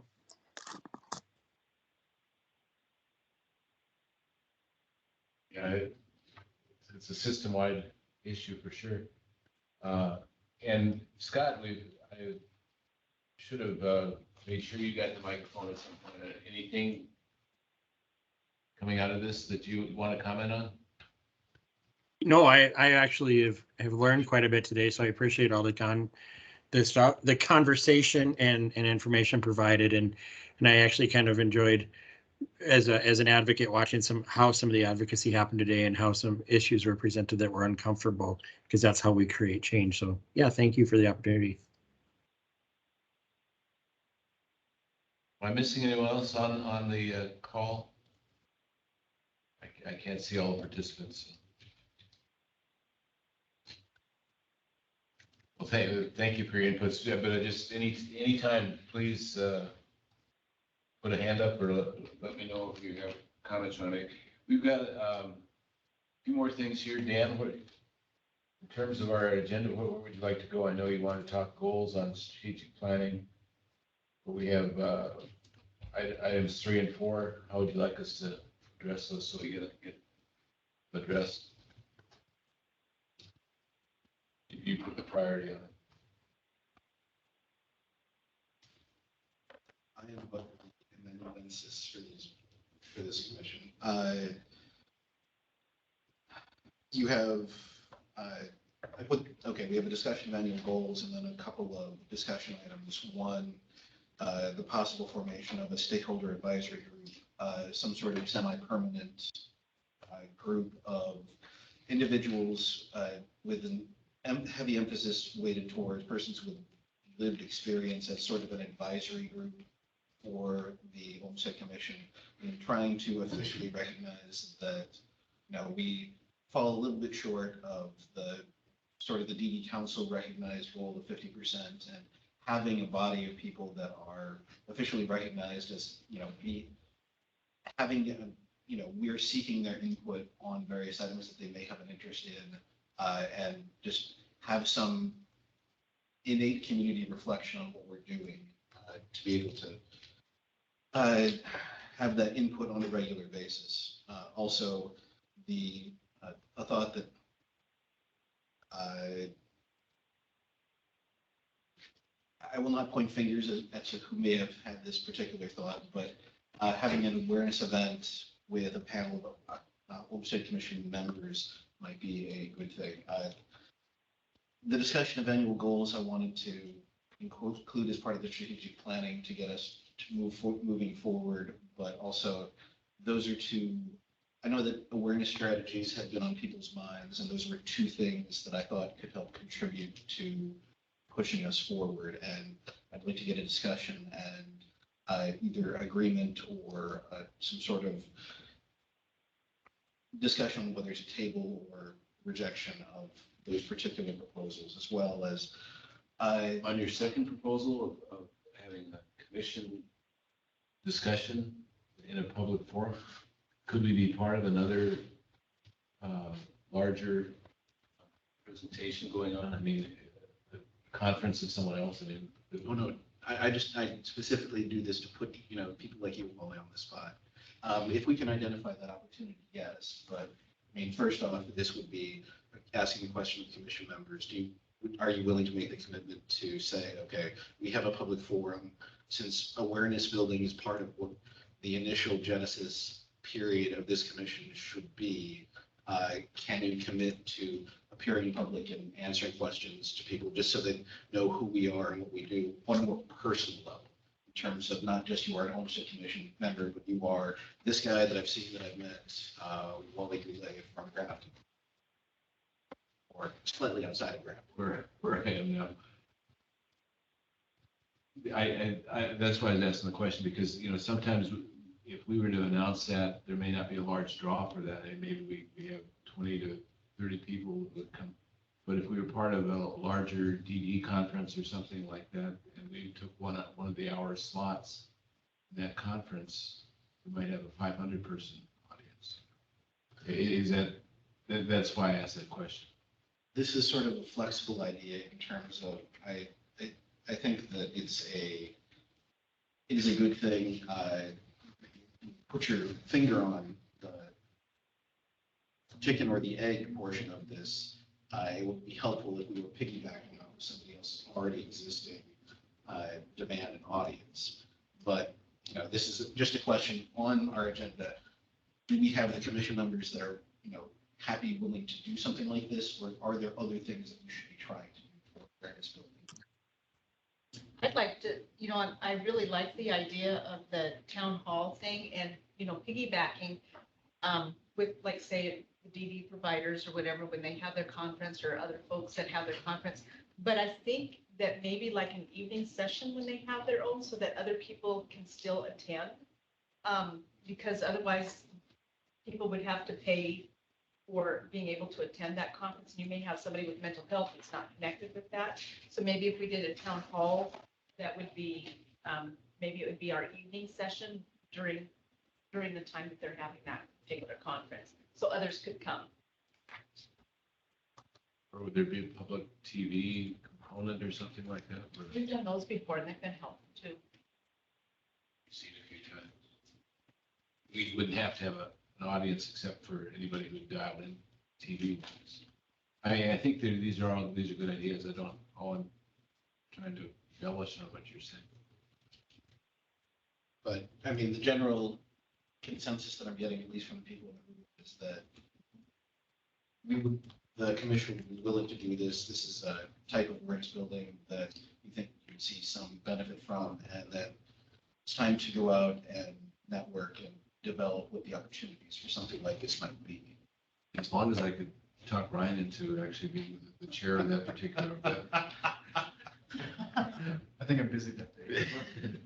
That's like co-chair stuff we have to every other time.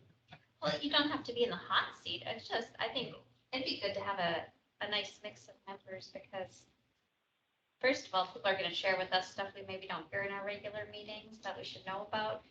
So we could learn. And then also, I think it's like a good opportunity for them to know we're here and we're available to listen.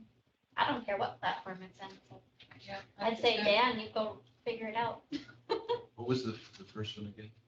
First one was a stakeholder advisory group, putting together a semi-permanent group of individuals who learned sort of lived experience to contribute to questions that might be coming before the Olmstead Commission or and also to, sort of respond or reflect on what the commission may have done or listened to at meetings. We have a panel of non-voting members of the Olmstead Commission that are various parts of state government. The citizen and person with lived experience roster of official Olmstead Commission participants, though, is smaller than I think we might all prefer in terms of having that voice present at the table and able to contribute to the discussion, not just from a state entity perspective, but from a consumer living the experience perspective. I might ask the negative question, would there be anybody who'd be opposed to that idea? I mean, I think it's almost a natural that we should be extending ourselves to do that. I think that's fantastic. I just needed you guys to say yes. Yes. I mean, anybody have a question on that? Are you looking for a motion or something, or can we handle this more informally? And we have the judge indicating yes to vote. However you'd like to handle this as chair in terms of, these are just commitments that before I put the Olmstead Commission's name on them, I wanted to put them out for general discussion. Yeah, I think if we're going to have an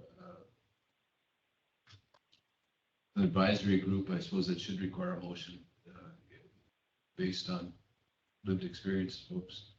Do you have a number of, or allow you to come up with a number that we would, 6 or? I'll put out a general call and then we can see who shows up. Wally, if you'd entertain a motion, I would move that the Olmstead Commission formally establish a stakeholder advisory group and Dan report back to us on developing that at the next meeting. I'll second that. All those in favor signify by saying aye. Aye. Aye. Same sign. And the judge has indicated this. So Yeah, that's okay. Motion carries, yeah. Good suggestion. Okay, and the town hall, I don't know that that necessarily involves a vote of any kind, but I'll move forward with developing that with some of our strategic partners, to speak. See who may have opportunities that we can join in with. Is that something we can strategically look at in early fall or something like that? Yeah, I think that we're not, I June or don't know July that there's, sometimes may not be as good. well, and anybody that has a June or July conference is usually an annual one. they've developed their agenda already at this point. So yeah, I would be aiming for sometime later in the fall. Perhaps we could work with the DD Council and the all group, because I think in August they're doing that Power Up conference with self-advocates from all over the state, so we might get some really good feedback from And we can solicit members people for our that know what's stakeholder going on. group there. This is Julie. We can work on that as with the all group and the self-advocacy conference. We can help try to gather people. Great. Sounds good, Julie. And I would like to have a discussion of annual goals, but one other item on this is I've distributed to all of you the policy proposal for bringing in an advisory group. It may, from the sound of it, be one that DHS is already working with, but the Technical Assistance Collaborative is a group that operates out of Boston. They've been involved in revision and formation of several homestead plans around the United States, and between Julie and I, we've contacted them about what it might cost to have a consultant come in and complete a revision to the North Dakota Homestead Plan, the latest revision of which is approximately 14 years old at this point. There is a contract proposal that's been distributed to all of you. The funding for that would come from the DD Council, and money follows the person. Jake and Julie have both volunteered to support the cost of that. But at this point, I think it would be germane if TAC is doing this work on behalf of the Olmstead Commission, because it would be a plan that the Olmstead Commission would be discussing and then hopefully adopting. I think it would be appropriate for there to be some sort of vote on bringing in that group to do this work for us. I'll make a motion to have TAC come in and do the work on our homestead plan. Second to that motion? Second. And the judge has already indicated his assent to voting for this. Okay, is there any net cost to us in terms of a budgetary item, or that's all coming in through the other budgets? Yes, this is coming in through the other budgets. The cost of having the consultant come in would exceed 50% or so of the total initial Olmstead appropriation from 2 years ago. So yeah, I'm not paying for it. This is Julie and Jake that are ponying up the dollars for this because it exceeds any money that I have coming out of my budget. The only thing that's really coming out of P&A or the Olmstead budget is Dan's time spent on it, which is a sunk cost, so. Yeah, that's there. If somebody was doing it, I would be spending time on it.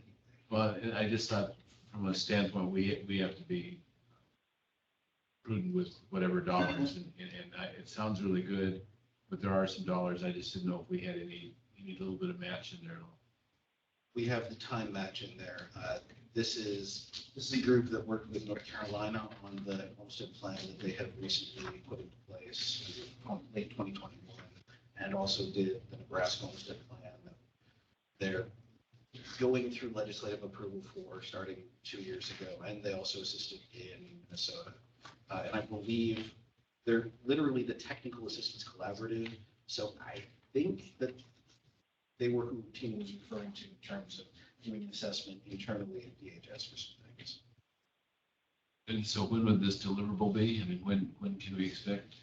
There is a time frame in the draft proposal. It would be an initial systems assessment by November prior to the legislative session, and then a finalized version for our examination and a possible approval aiming for about May of 2023. All of that depends on them getting here, being able to do the work, and what data collection issues they might encounter. With that further consideration, I'll now Ask all those in favor of the motion signify by saying aye. Aye. I, Same sign. Thank you. The motion carries and sounds like a good situation as well. So I like the price and I like the product. Thank you, Julie. Thank you, Jake. You're welcome. Yeah, thank you, Julie. That's excellent.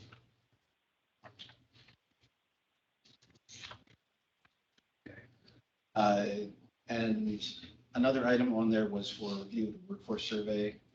I spoken about this at our last meeting.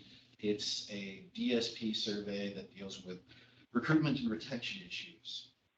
DD Division, Tina, will be going through the satisfaction survey that one of the major survey development groups in the nation goes through. The NCI, the National Core Indicators, is a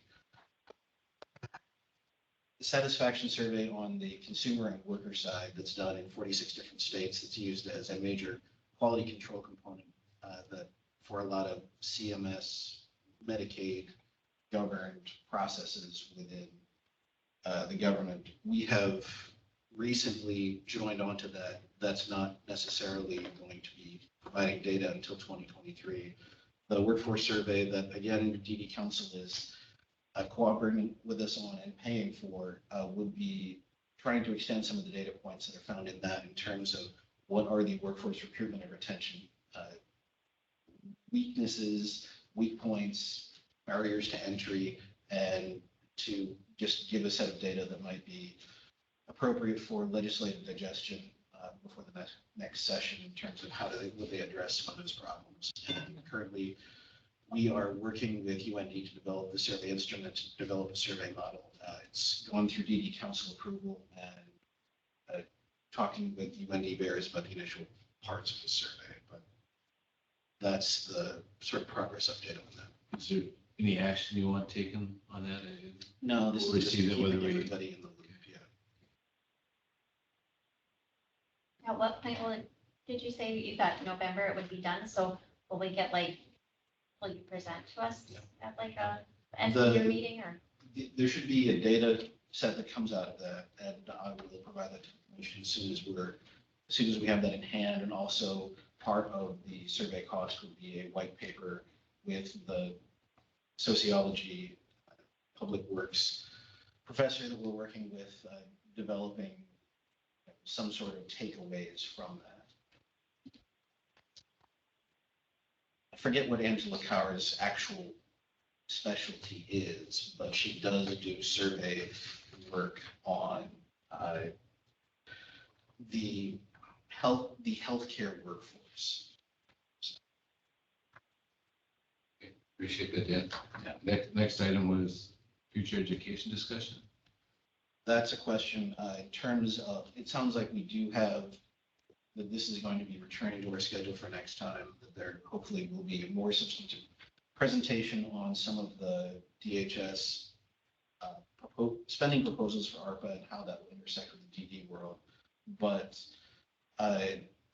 1915I is still in the process. That's the state plan amendment for Medicaid that deals with behavioral health and more of bringing sort of an a la carte model to that to emphasize certain services that they may need.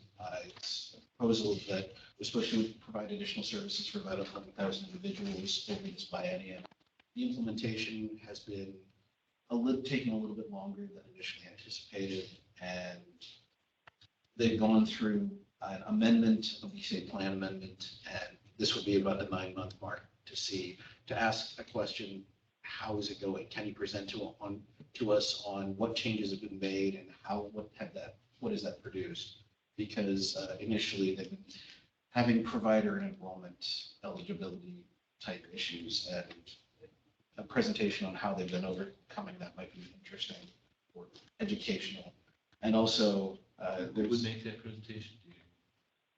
1959 is behavioral health, so we contact with Pam Sagnis and ask her if this is a point that they're feeling like they'll have things publicly discussed in terms of implementation. This is Carlotta. I was just this morning at the Behavioral Health Planning Council meeting, and I think currently they've got, I'm just trying to remember, about 125 people now that are on there instead of, and at one point it was kind of in the 40 range when they started out. So then the HUDAS changed, and now they've got about 125. Still really pretty short, I think, on people signing up. And so there's a lot of public relations issues that they have to get through. And then the state is also doing some technical assistant dollars for providers to be able to have, I think there's going to be a TA center so that providers can actually have an opportunity to understand how to get through to be a Medicaid provider. When you look at this, you've got a lot of providers who have not ever been Medicaid providers before, and things like peer support providers, et cetera, that people will really need to, be updated with information and have some technical assistance to actually become providers. So the state is just now, I think the RFP has been out, and so they think that they'll have a provider to do that technical assistance piece.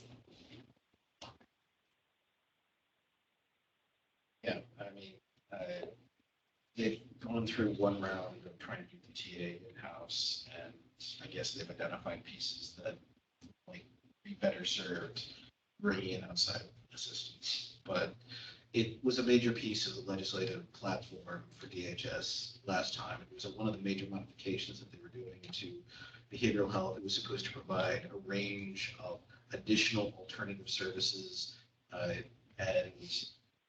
as I said, was supposed to be serving about 99% more people than it's currently serving. They also have provider issues that they've been dealing with. I mean, some of that is chicken and the egg in terms of they didn't have anybody signed up for it, so nobody wanted to sign up to provide something because the provider enrollment piece is relatively involved. But that is a piece of service provision that will probably be, again, additionally receiving attention in the upcoming legislative session because it's sort of the new model for how behavioral health has chosen to expand, and probably that will be their focus of expansion for a bit.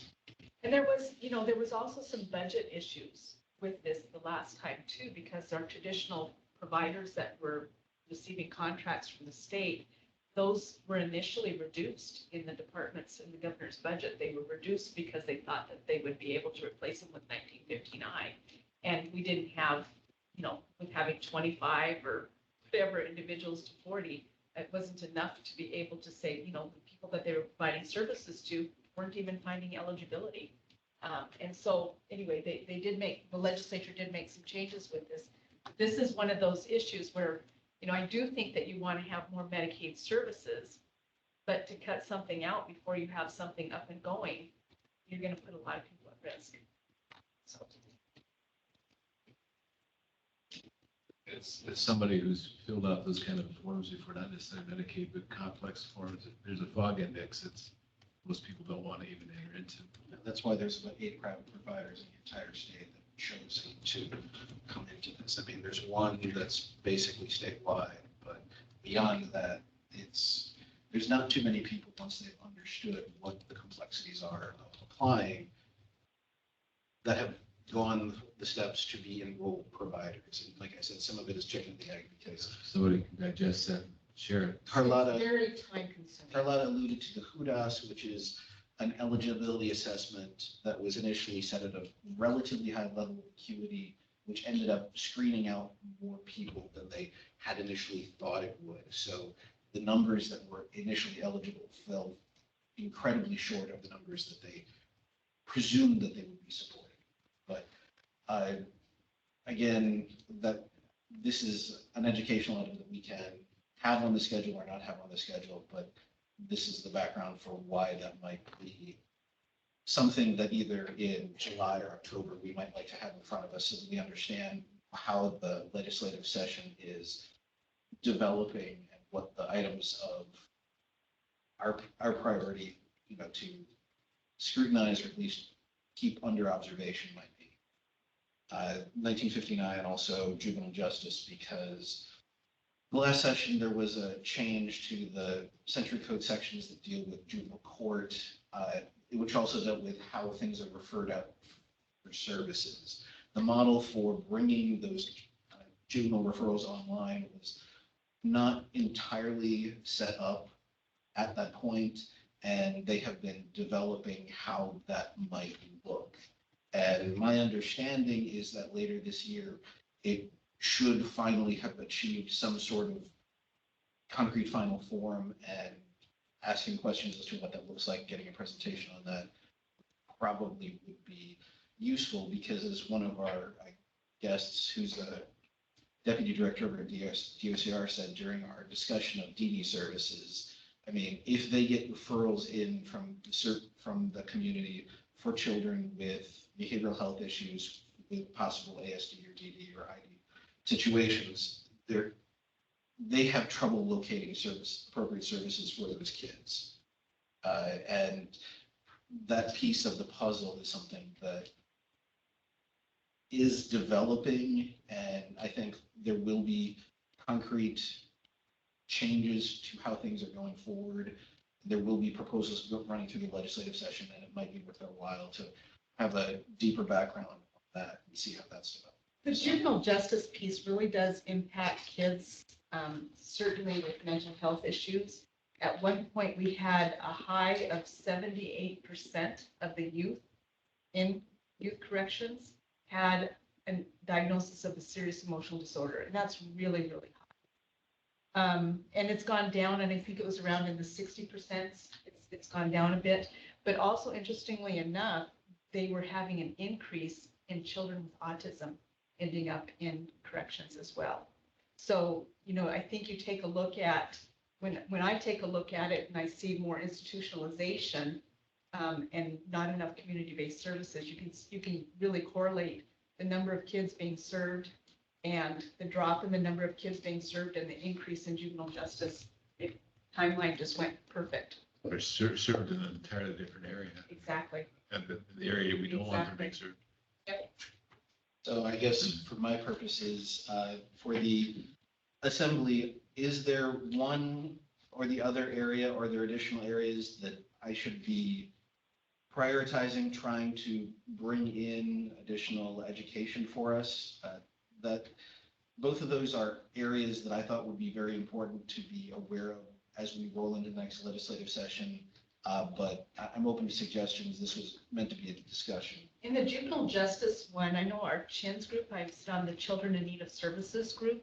I believe the human service zones will be taking over. Right now, the courts are doing that, still doing that work for children in need of services, but those will be shifting over in August to the human service zones. So, that would maybe be timely to find out how that shift is going to take place. And we got a July meeting. Would that be in advance of when they were having a final proposal in place? Would it be more appropriate for October?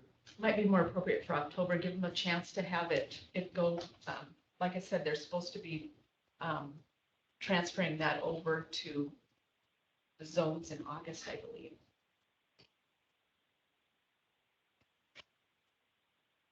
Those are both good suggestions, Dan. So I mean, and now that we're formally committed to being educated, all these things are helpful.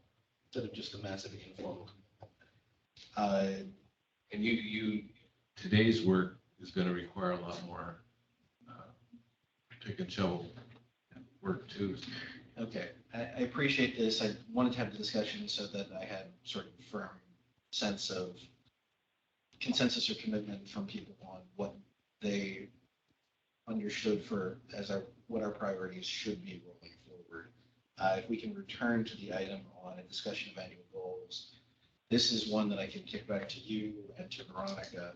Annual goals have been a piece of what we had been discussing in the strategic planning subcommittee, and that something that I feel is important, so that there's sort of an overarching structure to how my work moves forward, and structure in terms of what the commission discusses at annual meetings and what we are expecting to produce over the course of the year. So the we had, we had been discussing during that subcommittee meeting, annual goals, annual reports, things like that. I think if you're suggesting we have another committee meeting, I think we'd be willing to do that. I think we've talked about that. If Scott's willing to be there with us. Scott? Are you thinking we should have Yeah, absolutely. draft up the annual goals for like the next, well, I guess, what do we have, 6 months of the year left? Maybe a year and a half, whatever timeline, and then maybe present it again to the commission for them to vote on, or? At least make them aware, bring it back as a suggestion to adopt. Because there's also been a discussion, and I've had immense amounts of help on this from someone that is far more organized than I am in terms of what a work plan might be for me on an annual basis. And crystallizing the goals for the commission and then translating them into things that I can help produce will be very helpful for me.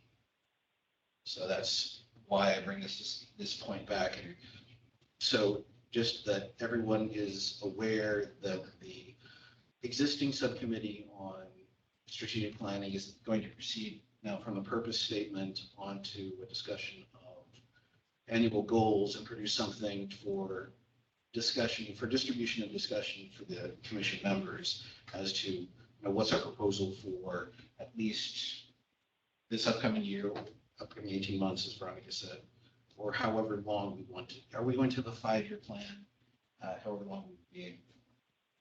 If we have a good 18-month plan, that'll be a good starter. I don't know whether that requires a vote or whether everyone, we're just bringing this up for. Well, we as chair persons can just assign that committee to do some more work. So. That's what I would do. I mean, we don't need a vote on that. Sorry. Well, I think we're all in agreement to continue to meet. So. And with the idea that we'll bring it back for July. Julie and the judge have both departed. We are still at quorum. And we can certainly invite Ryan to the your goals meeting. Wouldn't you like another meeting, Ryan? Yeah. We'll teach you acronyms if you'd like. We'll give you 12 new acronyms if you come to the meeting. Oh. Make it 15. How are you understanding any of this? They're just spitting out. I can email you the sheet of I acronyms. was gonna be like, PNA started an acronym dictionary. Yeah. You need some disability. Good evening. Unfortunately, we are closed at 4:30. And your event is scheduled till 4:30. Okay. Are you guys able to get ready to go? Give us about 10. We just have to get a future meeting date and we'll. No worries. Just Yeah. checking, just so we are closed. Thank Thank you, guys. We're not our welcome. That's a good way to have closure to your meeting. Get out of your room. Maybe we should just come up with a giant shepherd's hook and go.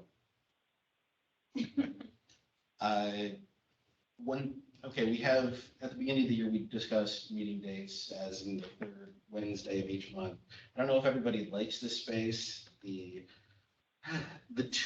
third Tuesday of every third month, i.e. one day before our currently scheduled meeting dates, is open up at the job service building. But right now, behavioral health has it blocked off for those Wednesdays. Can I tell you something? I'm gonna have a conflict on because I sit on the Behavioral Health Planning Council, so I had to get a proxy to cover me this afternoon for that.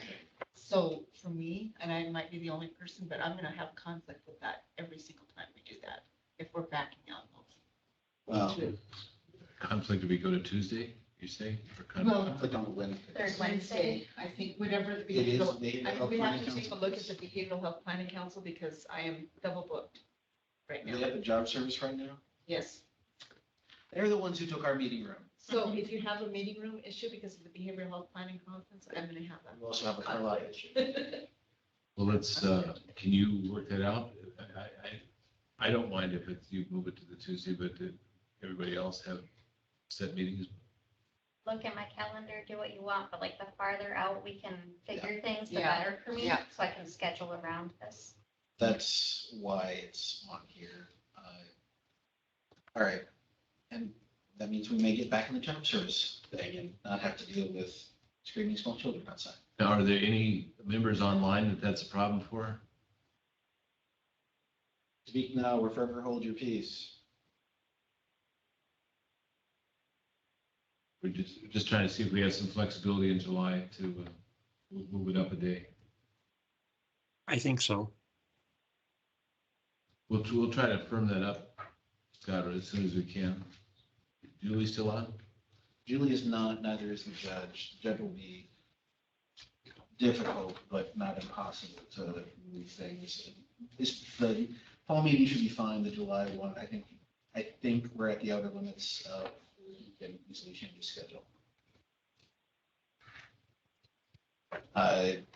Well, is there anything? Siobhan, Representative Metzger, either one of you have any issues with that Tuesday move? Shifting these meetings from Wednesday to Tuesday in July and October, I believe going to July 19th and then October the 18th. It's fine with me. This is Siobhan. If we have trouble with the July one for the judge, I would be willing to do a proxy again if that becomes an issue. See how that develops. Yes, you're eating up today. Just a bit. We didn't have time for lunch, but thankfully he brought some, so it's good. Okay, learned something from Teresa. It was good. I'm going to physically remove us in a minute or two here. Yeah. Is there anything else for the good of the order? Anybody have any other final comments before we close today? I just want to make sure that everybody's had their opportunity to express anything that's a concern. Thank you, everybody, for their participation. And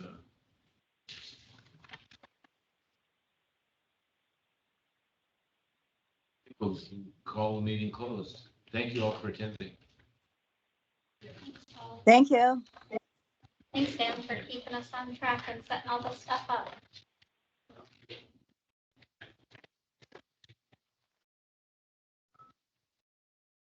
Let's see. Thanks, everybody. Yeah. Any commentary on how the meeting has run should be directed my way. I'll take all of your input for the future. Health issues throughout the state. Like today was one of the more productive meetings I've attended, so. Well, you know, and even governor and wife's favorite program, the recovery program, is a big deal.